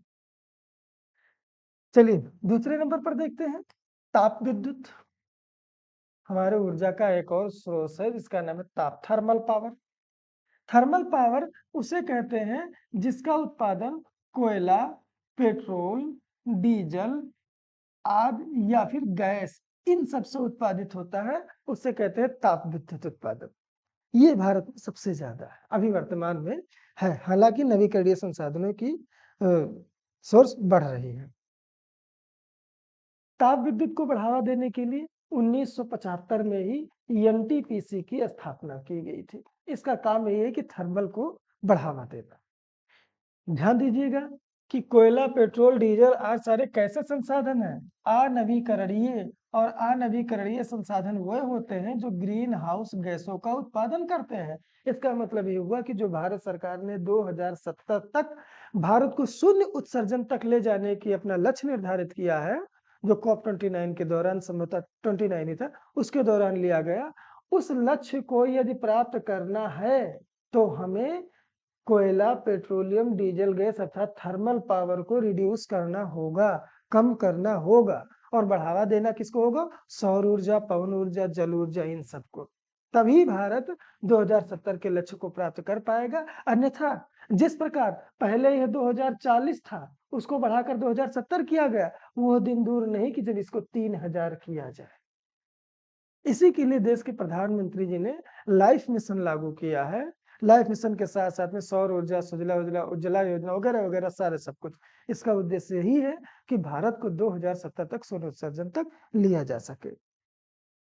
देखते हैं ताप विद्युत में कुछ महत्वपूर्ण है, जिसका नाम एक जगह है रामागुंडम। हम आपको कुछ केवल महत्वपूर्ण ही बता रहे हैं, सब नहीं बता रहे हैं और ना ही सब मुझे आता ही है, लेकिन हाँ इतना आता है कि आपको बता रहे हैं जो एग्जाम में आ जाए। रामागुंडम नामक ताप विद्युत संयंत्र किस राज्य में है? आंध्र प्रदेश। जरा ध्यान दीजिएगा। और भी है जिसका नाम विंध्याचल है। ये तो पीसीएस पूछा ही जा चुका है। विंध्याचल नामक ताप विद्युत संयंत्र कहाँ है? मध्य प्रदेश में है। और अभी जल्दी में पीसीएस ने पूछा था कहलगांव ताप विद्युत संयंत्र कहाँ स्थित है? आपके बिहार में स्थित है। और भी कुछ महत्वपूर्ण है जिसका नाम उत्तर प्रदेश है। उत्तर प्रदेश में कुछ महत्वपूर्ण है, इनको जरा देख लेते हैं। उत्तर प्रदेश में ताप विद्युत संयंत्र कौन कौन से हैं? एक है जिसका नाम है सिंगरौली, एक है जिसका नाम है दादरी, एक है जिसका नाम है ऊंचाहार, एक है जिसका नाम है रिहंद रिहंद, एक है जिसका नाम है टांडा। ये सब उत्तर प्रदेश के ताप विद्युत संयंत्र में से एक है। अब सिंगरौली कहाँ है? सोनभद्र में है। दादरी कहाँ है? गौतम बुद्ध नगर में है। इसके अलावा रिहंद कहाँ है? सोनभद्र में है। टांडा कहाँ है? अंबेडकर नगर में है। ऊंचाहार कहाँ है? रायबरेली में। ये जरा याद रखिएगा, उत्तर प्रदेश के हैं, महत्वपूर्ण है, लेकिन इनमें एक बहुत महत्वपूर्ण बात ढूंढा है हमने, क्या पता ऐसा आयोग पूछ ले, मुझे नहीं पता। सवाल इनसे कैसे बन सकते हैं जरा देख लीजिए। सिंगरौली, दादरी, ऊंचाहार, रिहंद, टांडा कौन कोयला से है, कौन गैस से है? ये सवाल आपसे पूछा जा सकता है। तो जो सिंगरौली, रिहंद, दादरी, टांडा, ऊंचाहार ये सारे हैं, ये सभी आपके कोयला वाले संयंत्र हैं, ये जरा याद रखिएगा। इसको जरा ध्यान देंगे तो आपको मिलेगा कि कोयला वाले हैं। जबकि यदि आपसे गैस वाले संयंत्र पूछा जाए तो उत्तर प्रदेश में गैस वाले 2 संयंत्र हैं। एक है जिसका नाम औरैया जिले में है, घी उत्पादन में अव्वल है, जान लीजिएगा औरैया, और ग्रामीण साक्षरता में भी अव्वल है। और दूसरा है जिसका नाम है दादरी। अब सवाल कर देगा, एक विकल्प ये दे देगा, ये दे देगा, ये दे देगा, नो नो नो, ये दे देगा और ये दे देगा और एक विकल्प ये दे देगा या फिर ये दे देगा चौथा, और सवाल कर देगा निम्नलिखित में से कौन सा ताप विद्युत संयंत्र उत्तर प्रदेश का है जो कोयला संचालित नहीं है? उत्तर क्या निकलेगा? औरैया। ऐसे कोई भी करके पूछ सकता है। लेकिन एक आप मेन चीज क्या देख पा रहे होंगे, दादरी यहां पर भी है और दादरी यहां पर भी है, अर्थात दादरी एक ऐसा संयंत्र है, ताप विद्युत संयंत्र, जो कोयला तथा गैस दोनों पर आधारित है, बाकी नहीं है। ये जरा याद रखना। इस बार क्या पता, मुझे तो ये गारंटी मेरा नहीं है कि हाँ पूछ ही लेगा, लेकिन संभव है कि पूछा जा सकता है। अभी 2023 में ऐसे प्रश्न आ चुके हैं, इसलिए आप थोड़ा ध्यान दीजिएगा कि दादरी गौतम बुद्ध नगर वाला एक ऐसा संयंत्र है जो गैस और कोयला दोनों पर आधारित है। ये जरा याद रखिएगा। ताप विद्युत उत्पादन में कौन सा राज्य अव्वल है? इसके लिए आप थोड़ा करंट अफेयर में ध्यान दीजिएगा। हालांकि जहां तक हमें जानकारी है, महाराष्ट्र ताप विद्युत संयंत्र में उत्पादन में सबसे अव्वल राज्य है। सबसे ज्यादा ताप विद्युत संयंत्र, उस ताप विद्युत के यहाँ पर उत्पादित होता है, तो आपका उत्तर होगा महाराष्ट्र। अंतिम एक ऊर्जा हमारे पास और भी है जिसका नाम है भूतापीय ऊर्जा। इस समय सबसे ज्यादा पूछा जाने वाला सवाल ऊर्जा में से ये है। यदि वो जो गैस वाला छोड़ दे, दादरी नागे दादरी वाला या फिर ऊंचाहार वाला, इनको छोड़ दे तो भूतापीय ऊर्जा सबसे इंपॉर्टेंट है, पूछा जाने योग्य है। क्या है भूतापीय ऊर्जा? तो जमीन के नीचे जब गर्म पानी होता है उसके जो प्रेशर से जो कोई ऊर्जा बनाई जाती है, दैट्स कॉल्ड भूतापीय ऊर्जा। सामान्यतः भारत में ऐसे ऊर्जा उन जगहों पर पाए जाते हैं जो थोड़ा ऊंचे उठे और मजबूत श्रेणी में आते हैं। जैसे आपका हिमालय क्षेत्र है, यहाँ पे भूतापीय ऊर्जा ठीक ठाक पाई जाती है। इसके और आपके छोटा नागपुर के पठार में भी, कहाँ पर कैसे कौन कौन है सवाल पूछता है, चलिए देख लेते हैं। भूतापीय ऊर्जा में एक जगह है जिसका नाम है खम्मम। ये आपका भूतापीय ऊर्जा का एक प्रमुख क्षेत्र है। किस राज्य में है? ये है आपका तेलंगाना। तेलंगाना में खम्मम नामक भूतापीय ऊर्जा का संयंत्र है। और भी है जिसका एक नाम है मणिकर्ण। ये आपका है हिमाचल प्रदेश में। और है जिसका नाम है तातापानी। ये कहाँ है? हाँ, हिमाचल प्रदेश में एक और है जिसका नाम है ज्वालामुखी। ये ज्वालामुखी ज्वालामुखी वाला वोल्केनो नहीं है। ज्वालामुखी एक भूतापीय ऊर्जा संयंत्र है, भूताप का सोर्स है, जो कि कहाँ पर है? हिमाचल प्रदेश में। इसी प्रकार कहाँ? तातापानी आपका छत्तीसगढ़ में है। तातापानी छत्तीसगढ़ में है। पूगा घाटी ये आपका लद्दाख में है। और एक है तप्ता पानी, तप्ता, ये आपका उड़ीसा में है। इन सबको जरा ध्यान से चलिएगा आप, तो आप क्या पाएंगे कि खम्मम मणिकरण, मणिकरण छत्तीसगढ़, ततापानी छत्तीसगढ़, पूगा लद्दाख में, तप्तापानी उड़ीसा में। और हाँ, एक और आती है अनहोनी। ये भी एक जगह है, वो घटना वाली अनहोनी नहीं कि अनहोनी घट गई। ये अनहोनी एक जगह है एमपी का। पूगा में एक खास बात है, जरा याद रखिएगा कि भारत का पहला भूतापीय संयंत्र वाला जो गांव है, या पहला भूतापीय परियोजना जो शुरू किया गया था, वो लद्दाख के पूगा घाटी से शुरू किया गया था। तो इन सबको याद रखिए। खम्मम तेलंगाना, मणिकरण हिमाचल प्रदेश, ज्वालामुखी भी कहाँ है? हिमाचल प्रदेश में। सुनिए, ज्वालामुखी हिमाचल प्रदेश में नहीं आता है, ये एक नाम है ज्वालामुखी। जैसे मेरा नाम रख दिया जाए भूकंप, तो क्या हमारे जाने से भूकंप आएगा? नहीं। एक जगह का नाम है ज्वालामुखी जो हिमाचल प्रदेश में है। मणिकर्ण हिमाचल प्रदेश में। ताता पानी कहाँ है? छत्तीसगढ़ में। जबकि तप्ता पानी कहाँ है? उड़ीसा में। ये भी जरा याद रखिएगा। आप बिहार में ऐसा सुने होंगे कभी कि गया जी में एक ऐसा जगह आता है जहाँ पे पानी अपने आप उबलता रहता है। लोग जब धर्म यात्री वहां जाते हैं, तीर्थ यात्री, एक कपड़े में चावल रखते हैं और उस चावल को उसी गर्म पानी में डाल देते हैं, कुछ समय तक रखे रहें तो वो चावल पक जाता है। ऐसी जगहों पर ही आपकी ये सारी बातें होती हैं। तो ये आपका भूतापीय ऊर्जा था।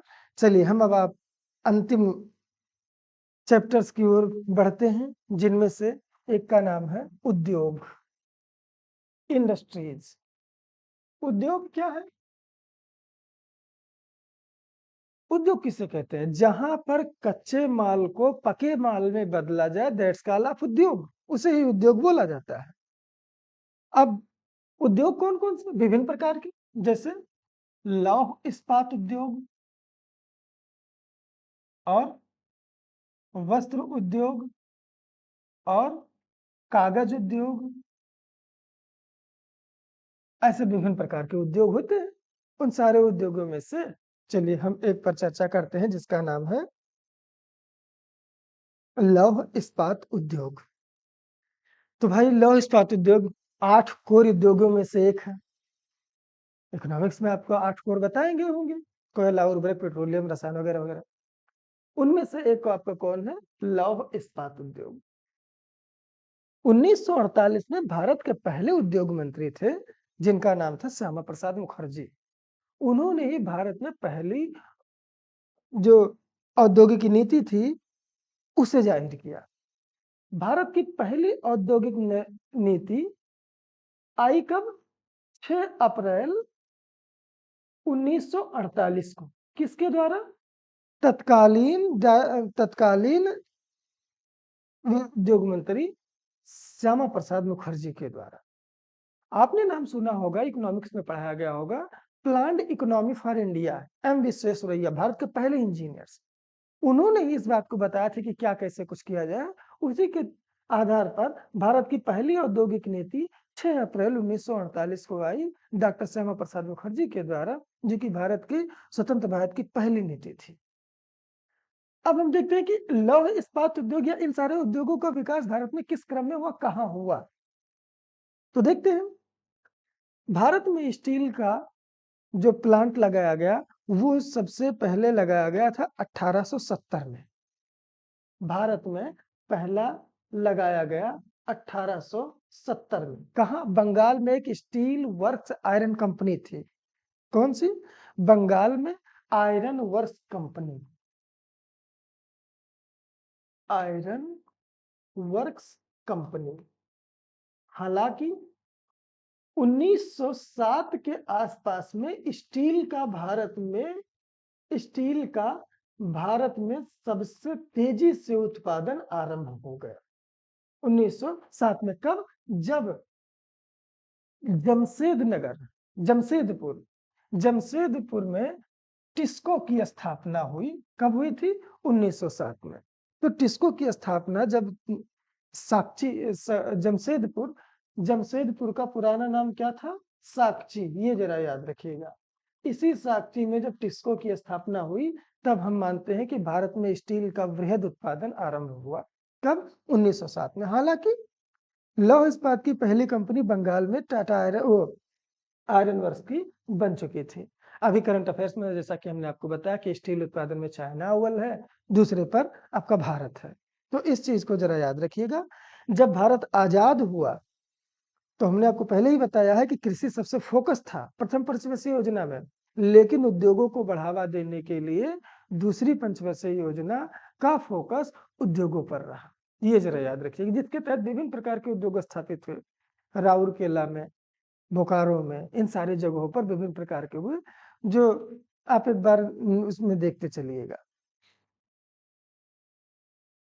यदि हम वस्त्र उद्योग की बात करें तो वस्त्र उद्योग आपका भारत में बहुत प्राचीन व्यवसाय है। हड़प्पा काल से हमें मिलता है। जो आपने पता होगा कि कश्मीर में एक जगह थी जिसका नाम था बुर्दहोम, वहां से एक सुई मिला है, जिससे ये पता चलता है कि मतलब कि सुई को वस्त्रों को सिलने का साक्ष्य था। अब ये वस्त्र सिलने का चीजें मिलती है, मतलब कपड़ा रहा होगा। इसी के चक्कर में जब भारत में वस्त्र उद्योग को बढ़ावा दिया जाने लगा तो सबसे पहला जो स्थापना हुआ 1818 में बंगाल में एक जगह थी जिसका नाम था फोर्ट ग्लोस्टर। उस जगह पर पहली वस्त्र कंपनी स्थापित हुई।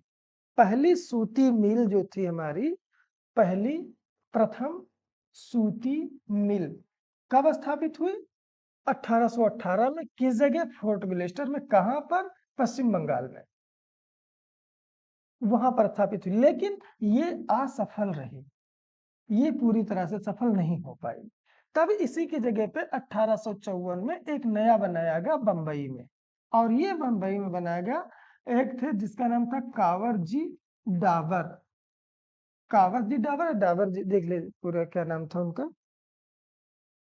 हाँ, कांवर जीएन डाबर। इनके द्वारा 1854 में पहली सफल मिल की स्थापना की गई। इस चीज को जरा ध्यान दीजिएगा, आपका ये महत्वपूर्ण है, क्रम में क्रोनोलॉजी में लगाने में आता है। और वर्तमान में बंबई भारत में सूती वस्त्र उत्पादन का सबसे अव्वल क्षेत्र है। इसे भारत का कॉटन पोलिस कहा जाता है या भारत का मैनचेस्टर कहा जाता है। अर्थात सबसे ज्यादा सूती वस्त्र मिल कहाँ पाए जाएंगे? आपके बंबई में।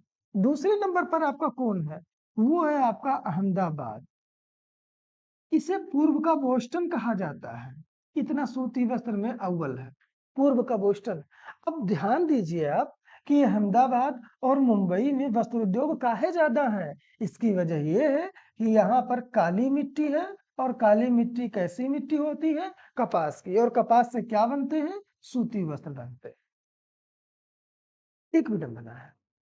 सूती वस्त्र उत्पादन में तमिलनाडु भी अव्वल है, लेकिन तमिलनाडु में काली मिट्टी नहीं पाई जाती है। तो फिर वो अव्वल कैसे हुआ? 2 कारण से। एक तो वहाँ पे सस्ता श्रम उपलब्ध है और दूसरा ये जो कपास है ये भार-हरासी नहीं है। मतलब कि एक जगह से दूसरी जगह ले जाने पर इसके भार में कमी नहीं आती है। तो इसका परिवहन बाकायदा होता रहता है। यही वजह है कि तमिलनाडु भी इसमें अव्वल है। उदाहरण के लिए एक जगह नाम आपने सुना होगा, कोयम्बटूर। तमिलनाडु का ये है जिसे दक्षिण भारत का मैनचेस्टर कहा जाता है। इतना उत्पादन है। हमारे कानपुर की ही बात कर लेते हैं। कानपुर उत्तर भारत का मैनचेस्टर कहलाता है, काली मिट्टी नहीं है। फिर भी क्यों? सस्ता श्रम है और परिवहन बेहतरीन है। यही वजह है कि वस्त्र उद्योग में ये 4 राज्यों का तूती बोलता है। इनको जरा ध्यान रखिएगा, ये सवाल आपसे पूछे जाने योग्य हैं। दूसरा उद्योग हमारे पास कौन सा है? चलिए देखते हैं। जूट। वस्त्र का कागज है। चलिए कागज देखते हैं। कागज उद्योग, जैसा कि आपने देखा होगा या जानते होंगे कि 300 बीसीई के आसपास में चाइना में सबसे पहले कागज का उद्भव हुआ। सबसे पहले चीन ही वो देश था जिसने कागज बनाने का कला सीखा। ये इससे फिर सिल्क रूट के द्वारा ईरान वगैरह में पहुंचा, वहां से फिर भारत में पहुंचा और भारत में भी कागजों का बातें की जाने लगी। गुजरात में ऐसी शायद पहली पांडुलिपि मिली है जो कागज पर लिखी गई होगी। हालांकि जब अंग्रेज आए तो उनको भी न्यूज़पेपर्स वगैरह की जरूरतें थी, जिसके चलते उन्होंने भारत में कागज उद्योग को स्थापित किया। भारत में जो पहला कागज उद्योग बना था वो बना था 1832 के सेरामपुर में। सेरामपुर कहाँ है? पश्चिम बंगाल। सेरामपुर 1832 में भारत के पहला कागज मिल स्थापित हुआ, लेकिन क्या रहा? असफल रहा। ये भी पूर्णतः सफल नहीं रहा। तो इसकी जगह पर दूसरा कागज स्थापित किया गया कोलकाता के बालीगंज में। ये कहाँ है? बालीगंज कोलकाता में है और ये बना गया 1867 में। ये सफल थे। 1867 में बालीगंज कोलकाता में प्रथम कारखाना खोला गया। उत्तर प्रदेश में 1879 में खोला गया था। इस प्रकार से कागज धीरे धीरे बढ़ता चला गया। कुछ कागज से संबंधित एक आपको सुना होगा नाम टीटागढ़, और एक का नाम सुना होगा आपने नेपानगर। ये दोनों कागज के लिए मशहूर हैं। जो टीटागढ़ कहाँ है? पश्चिम बंगाल में। और नेपानगर कहाँ है? मध्य प्रदेश में। ये सारे सवाल आपसे कभी कभार पूछ लिए जाते हैं, जरा ध्यान रखिएगा। नासिक भी है कुछ मात्रा में, लेकिन अलग है। और कौन सा आता है? वस्त्र उद्योग हो गया, कागज उद्योग हो गया, एक उद्योग और है चीनी उद्योग, जिसमें भारत अव्वल है। चीनी उद्योग में जरा ध्यान दीजिएगा कि यदि आप इंडिया के मैप को देखेंगे तो आप क्या पाएंगे कि उत्तर भारत में यूपी और दक्षिण भारत में महाराष्ट्र गन्ने के उत्पादन में अव्वल है। आज भी उत्तर प्रदेश सबसे ज्यादा इससे अव्वल है, इसीलिए चीनी का इसे क्या कहा जाता है? कटोरा कहा जाता है। लेकिन महाराष्ट्र में मिलें सबसे ज्यादा है गन्ने की, और दूसरा बात, दक्षिणी राज्यों में अब गन्ने के उत्पादन में बढ़ोतरी हो रही है। कारण क्यों? उत्तर प्रदेश में सर्दी जल्दी खत्म हो जाती है, गर्मी जल्दी खत्म होने लगती है, कम समय है, जबकि दक्षिण भारतीय राज्यों में गर्मी लंबे समय तक रहती है और वर्षा भी पर्याप्त होती है, जिसकी वजह से अब चीनी उद्योग धीरे धीरे किधर खिसक रहा है? दक्षिण भारत की ओर। हालांकि जब आप पेपर दे रहे होंगे अभी, तब तक आपका उत्तर प्रदेश ही इंपॉर्टेंट है, वही सबसे बड़ा चीनी का उत्पादक है। इस क्रम में जो सबसे पहले चीनी का उद्योग स्थापित किया गया था वो किया गया था बिहार में। उसके बाद में कहा किया गया था? यूपी में। यूपी में 1904 के आसपास प्रतापपुर में सबसे पहली चीनी मिल लगाई गई थी, जबकि बिहार में किस समय लगी थी? 1840 में। यहाँ पर 1840 में एक जिला है जिसका नाम है बेतिया, उसी जिले में पहले चीनी मिल खोली गई थी। कहाँ पर? बिहार में। तो भारत में पहला चीनी मिल बिहार में, बेतिया 1840। उत्तर प्रदेश में 1904 प्रतापपुर। ये रहे आपके कुछ महत्वपूर्ण उद्योग। अब हम अपने अंतिम चैप्टर्स में से आते हैं, जिसका नाम है परिवहन। अर्थात भारत में परिवहन के क्या सोर्स हैं और कहां पर क्या होता है। चलिए इनके बारे में भी देख लेते हैं। परिवहन क्या है? परिवहन किसे कहते हैं? ट्रांसपोर्ट। सीधी-सी बात है कि जब एक जगह से कोई चीज़ दूसरी जगह ले जाएँगे, तो वो ले जाने के लिए जिस साधन का आप प्रयोग करते हैं दैट्स कॉल्ड परिवहन। उदाहरण के लिए यदि बलरामपुर अभ्युदय, जैसा कि आप जानते हैं, बलरामपुर में एक बहुत बड़ी चीनी मिल है और उस चीनी मिल के चीनी को यदि उठा के हम इलाहाबाद ले जाएँ तो सर से तो लेके जाएँगे नहीं, किसी न किसी साधन का प्रयोग करेंगे। वो चाहे ट्रक हो, वो चाहे ट्रेन हो। तो जिस भी माध्यम का हमने चीनी बलरामपुर का उठा के इलाहाबाद पहुँचाया प्रयागराज में, वही साधन आपका क्या कहलाएगी? परिवहन कहलाएगी। अब वो ट्रेन भी हो सकता है, कुछ भी हो सकता है। अब इस परिवहन को चलने के लिए भी माध्यम चाहिए। ट्रक ना उड़ के जाएगा, ना प्लेन चल के जाएगा। मतलब जिस क्षेत्र पर वो चल रही है उसका क्या नाम? यदि पटरी पर चल रही है तो ट्रेन और यदि सड़क पर चल रही है तो ट्रक है, बस है, आदि-आदि ये सारी चीज़ें हैं। चलिए इनके बारे में थोड़ी जानकारी करते हैं।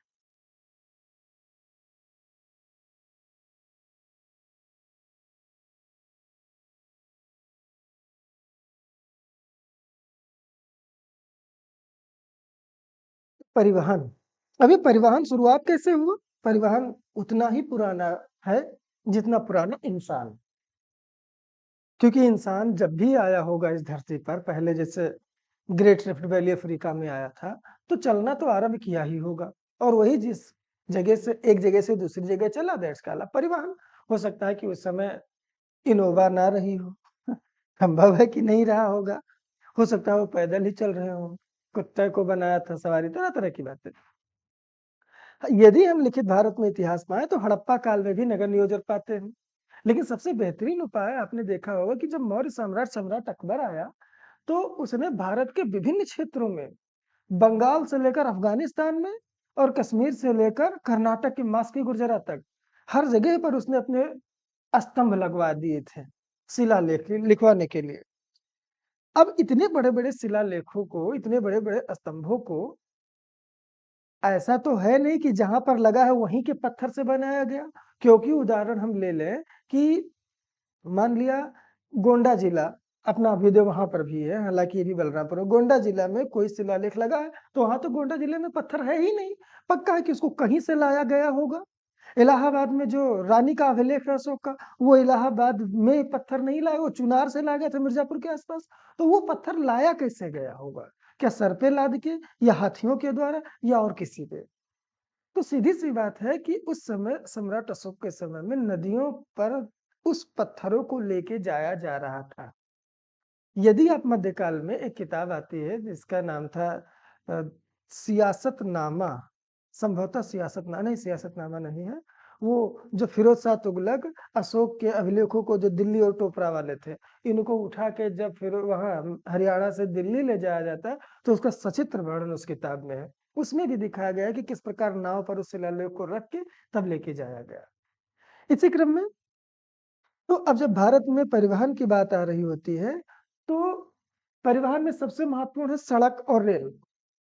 इसी क्रम में 1943 में भारत सरकार ने एक योजना निकाला जिसका नाम पड़ा नागपुर योजना और इस नागपुर योजना ने जो सड़क है, भारतीय सड़क, उनको 4 वर्गों में बाँट दिया। कौन-कौन से? देखते हैं। एक का नाम रखा उसने राष्ट्रीय राजमार्ग, जिसे आप लोग अंग्रेजी में कहते हैं NH, national highways, NH 1, NH 2, NH 44 वगैरह-वगैरह।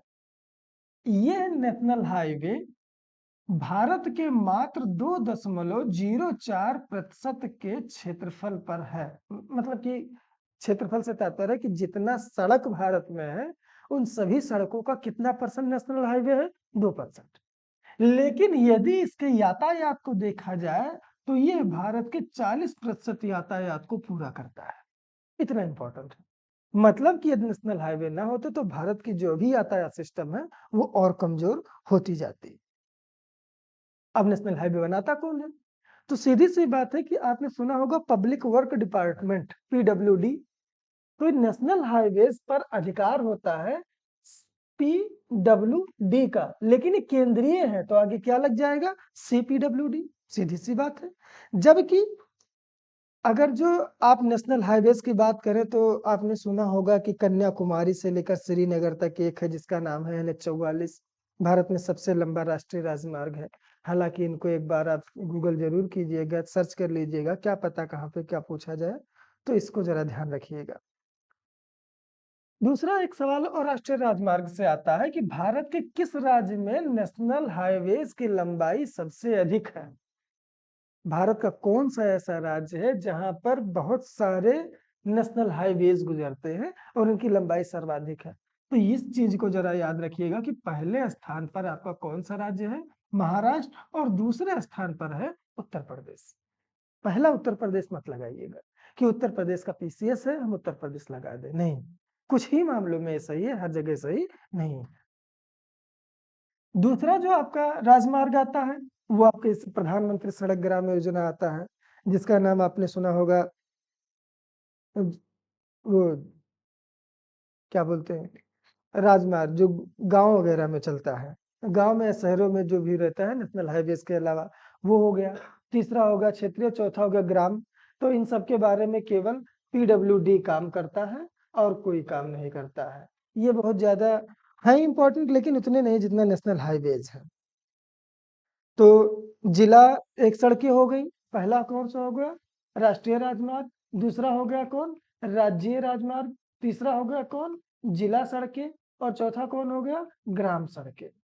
ये जरा याद रखिएगा।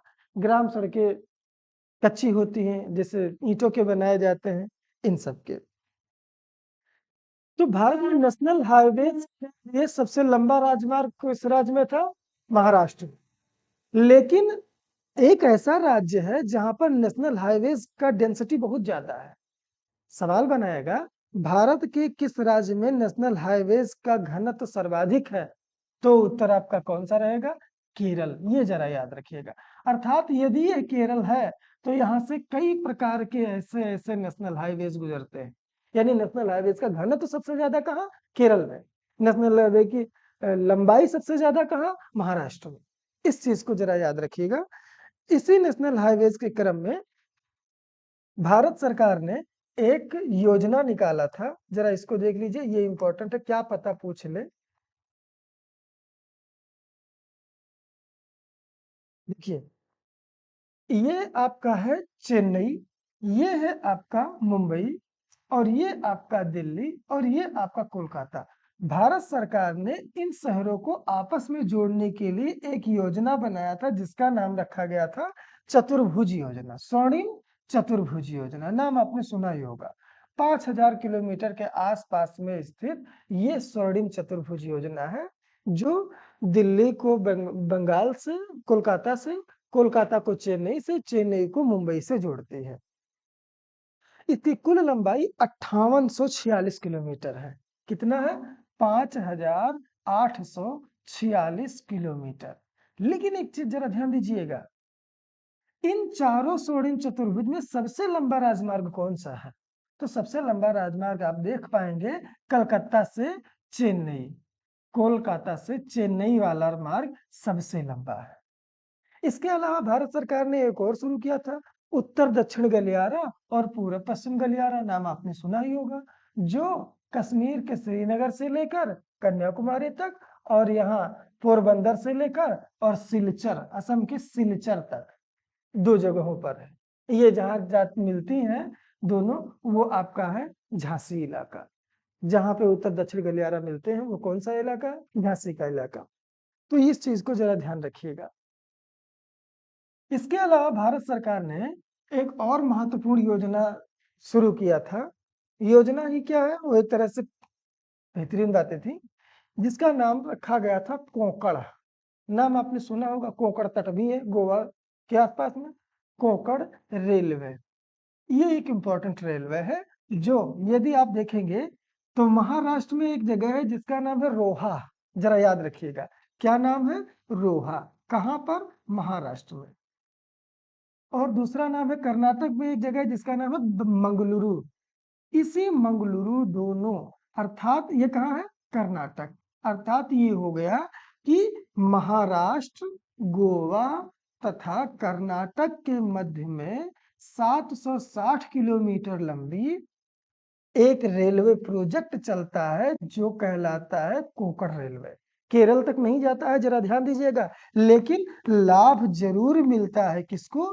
केरल को, क्योंकि अब केरल आसानी से मुंबई से जुड़ गया। ये कोंकण तक थी आपके।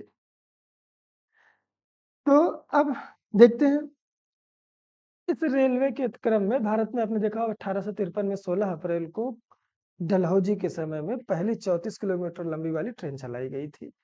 अब ट्रेन का विकास ज्यादा होता गया, बेहतरीन ढंग से होता रहा, जिसके क्रम में भारत सरकार ने विभिन्न प्रकार के संस्थानों का निर्माण किया है जो भारत में ट्रेनों के विकास से हेतु महत्वपूर्ण है।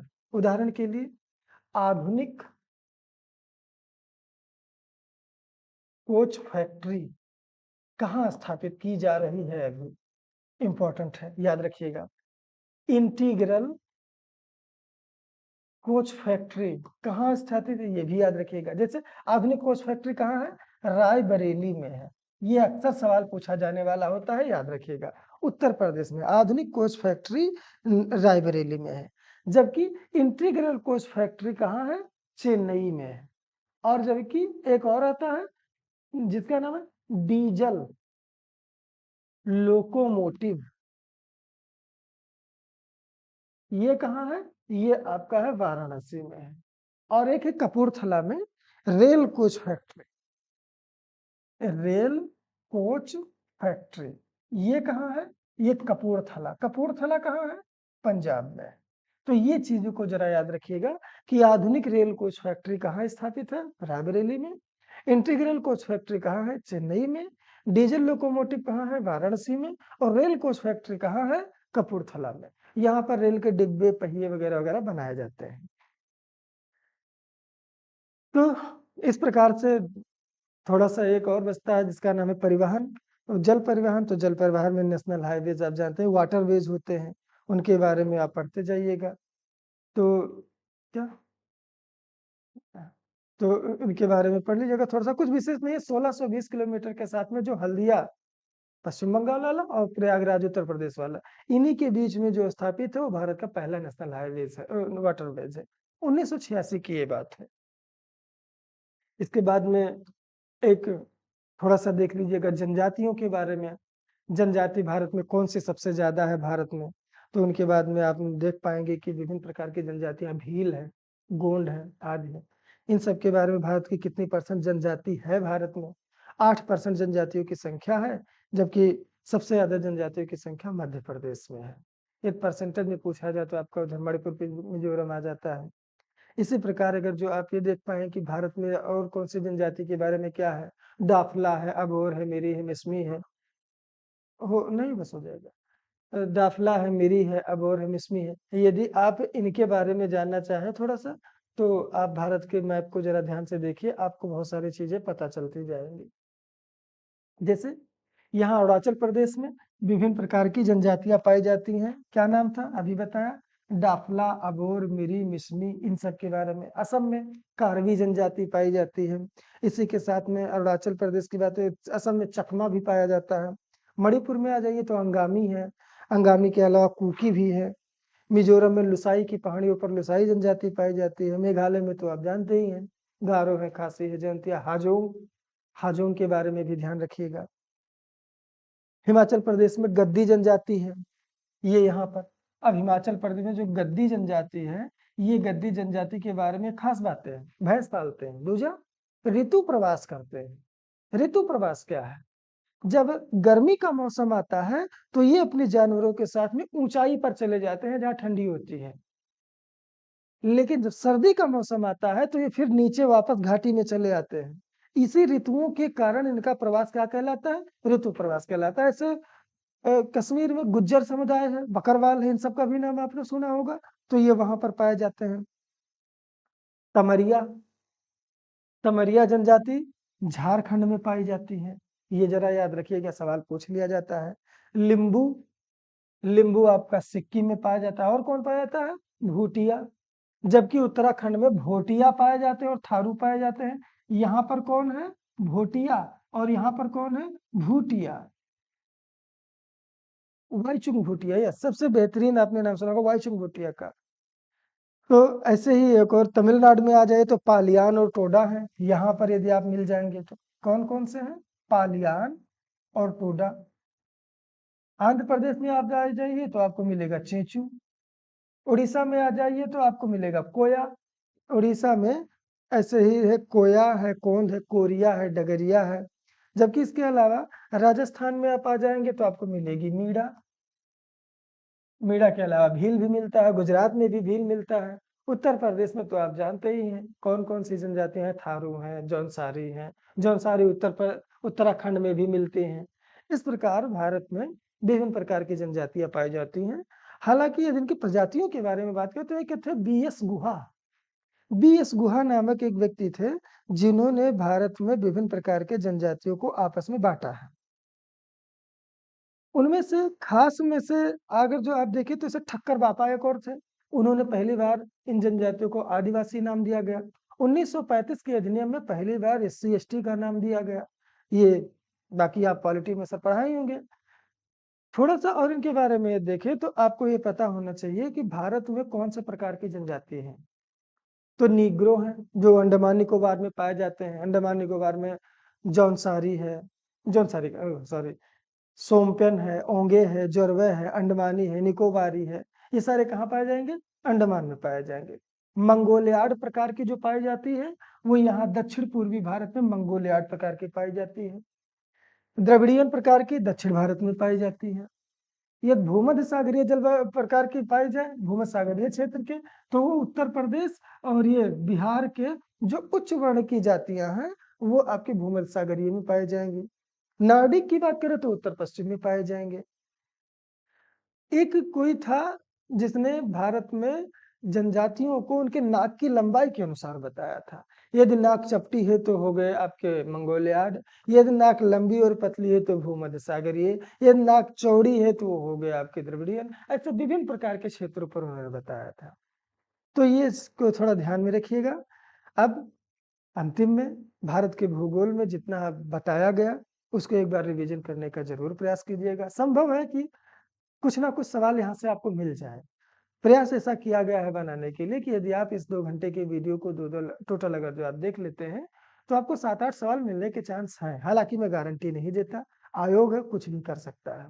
लेकिन पढ़िएगा, समझिएगा, पेपर दीजिएगा, मन से पेपर दीजिएगा और पढ़िए, सफलता मिलेगी। इसी के साथ अभ्युदय बलरामपुर की तरफ से आप सभी को आने वाले पेपर्स के लिए आप सभी को बहुत बहुत शुभकामनाएं।